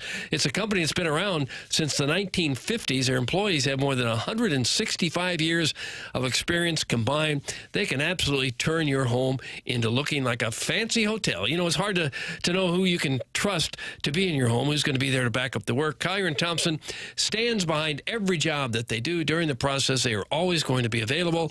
Something goes wrong shortly after they're done, they will hustle right back out there and make sure you are happy. Check out their website at collierandthompson.com and look at some of the before and after pictures of the work they've done. Just absolutely beautiful. Some of the finest homes in St. Louis have trusted Collier and Thompson to work on their homes, and they'd like the chance to work on yours too and show you just how great your house can look. Collier and Thompson is on Manchester and Baldwin, right there next to Uncle Bill's Pancake House. Come on to quality online at collierandthompson.com. Jackson's in the process of filtering the emails. Am I correct? Yeah, I'm just going to leave Shooter and Buck in there for the challenge. So you're setting up the showdown. They're tied. Apologies to everyone, just time-wise. Oh, that's not going to play well. Well, whatever. I love Jackson, but there is no more Caucasian past than telling everyone what a great rec basketball player you are. Lace up the Reebok pumps and have a day, King. That's from Arbor Day. That's what I'm saying. I'm done talking. I'm happy wherever. Tell me where, tell me when, and I'll be there. Do you guys ban my number because Doug can't handle the truth? Yes. Who's that? The answer is yes. Nailed it on the head. 314. People have to understand. The number of people text in, and just because your text doesn't get read, that doesn't mean that you've been banned or I don't even know, blocked or whatever. That isn't happening. All right, we got the Design, Air, Heating, and Cooling email today coming up. The showdown to decide the month of October next here on 101 ESPN.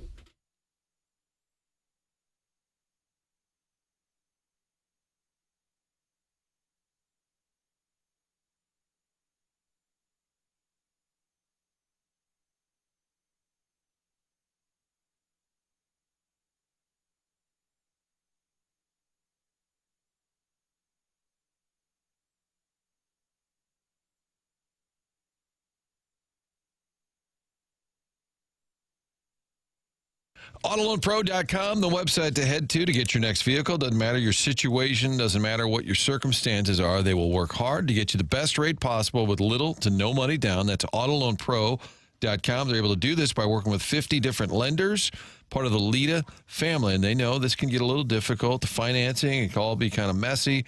The only thing you need to know is to trust the pro. AutoLoanPro.com. That's the website. They also have the free playbook there, explaining to you how the credit industry works. That means the next time around, you get the vehicle of your choice. You're learning how it all works while getting that new vehicle, while putting as little money down as possible and getting the best rate out there. That's what AutoLoanPro.com is all about, getting you into that next vehicle and making sure it's a great experience for you. AutoLoanPro.com is part of the Lita family.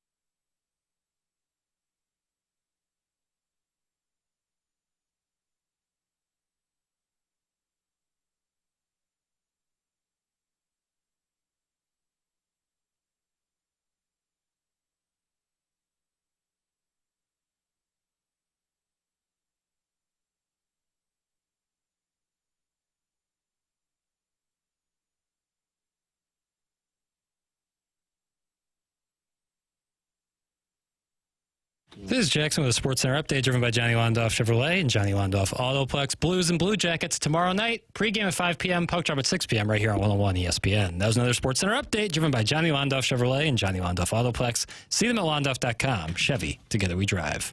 Are you kidding me?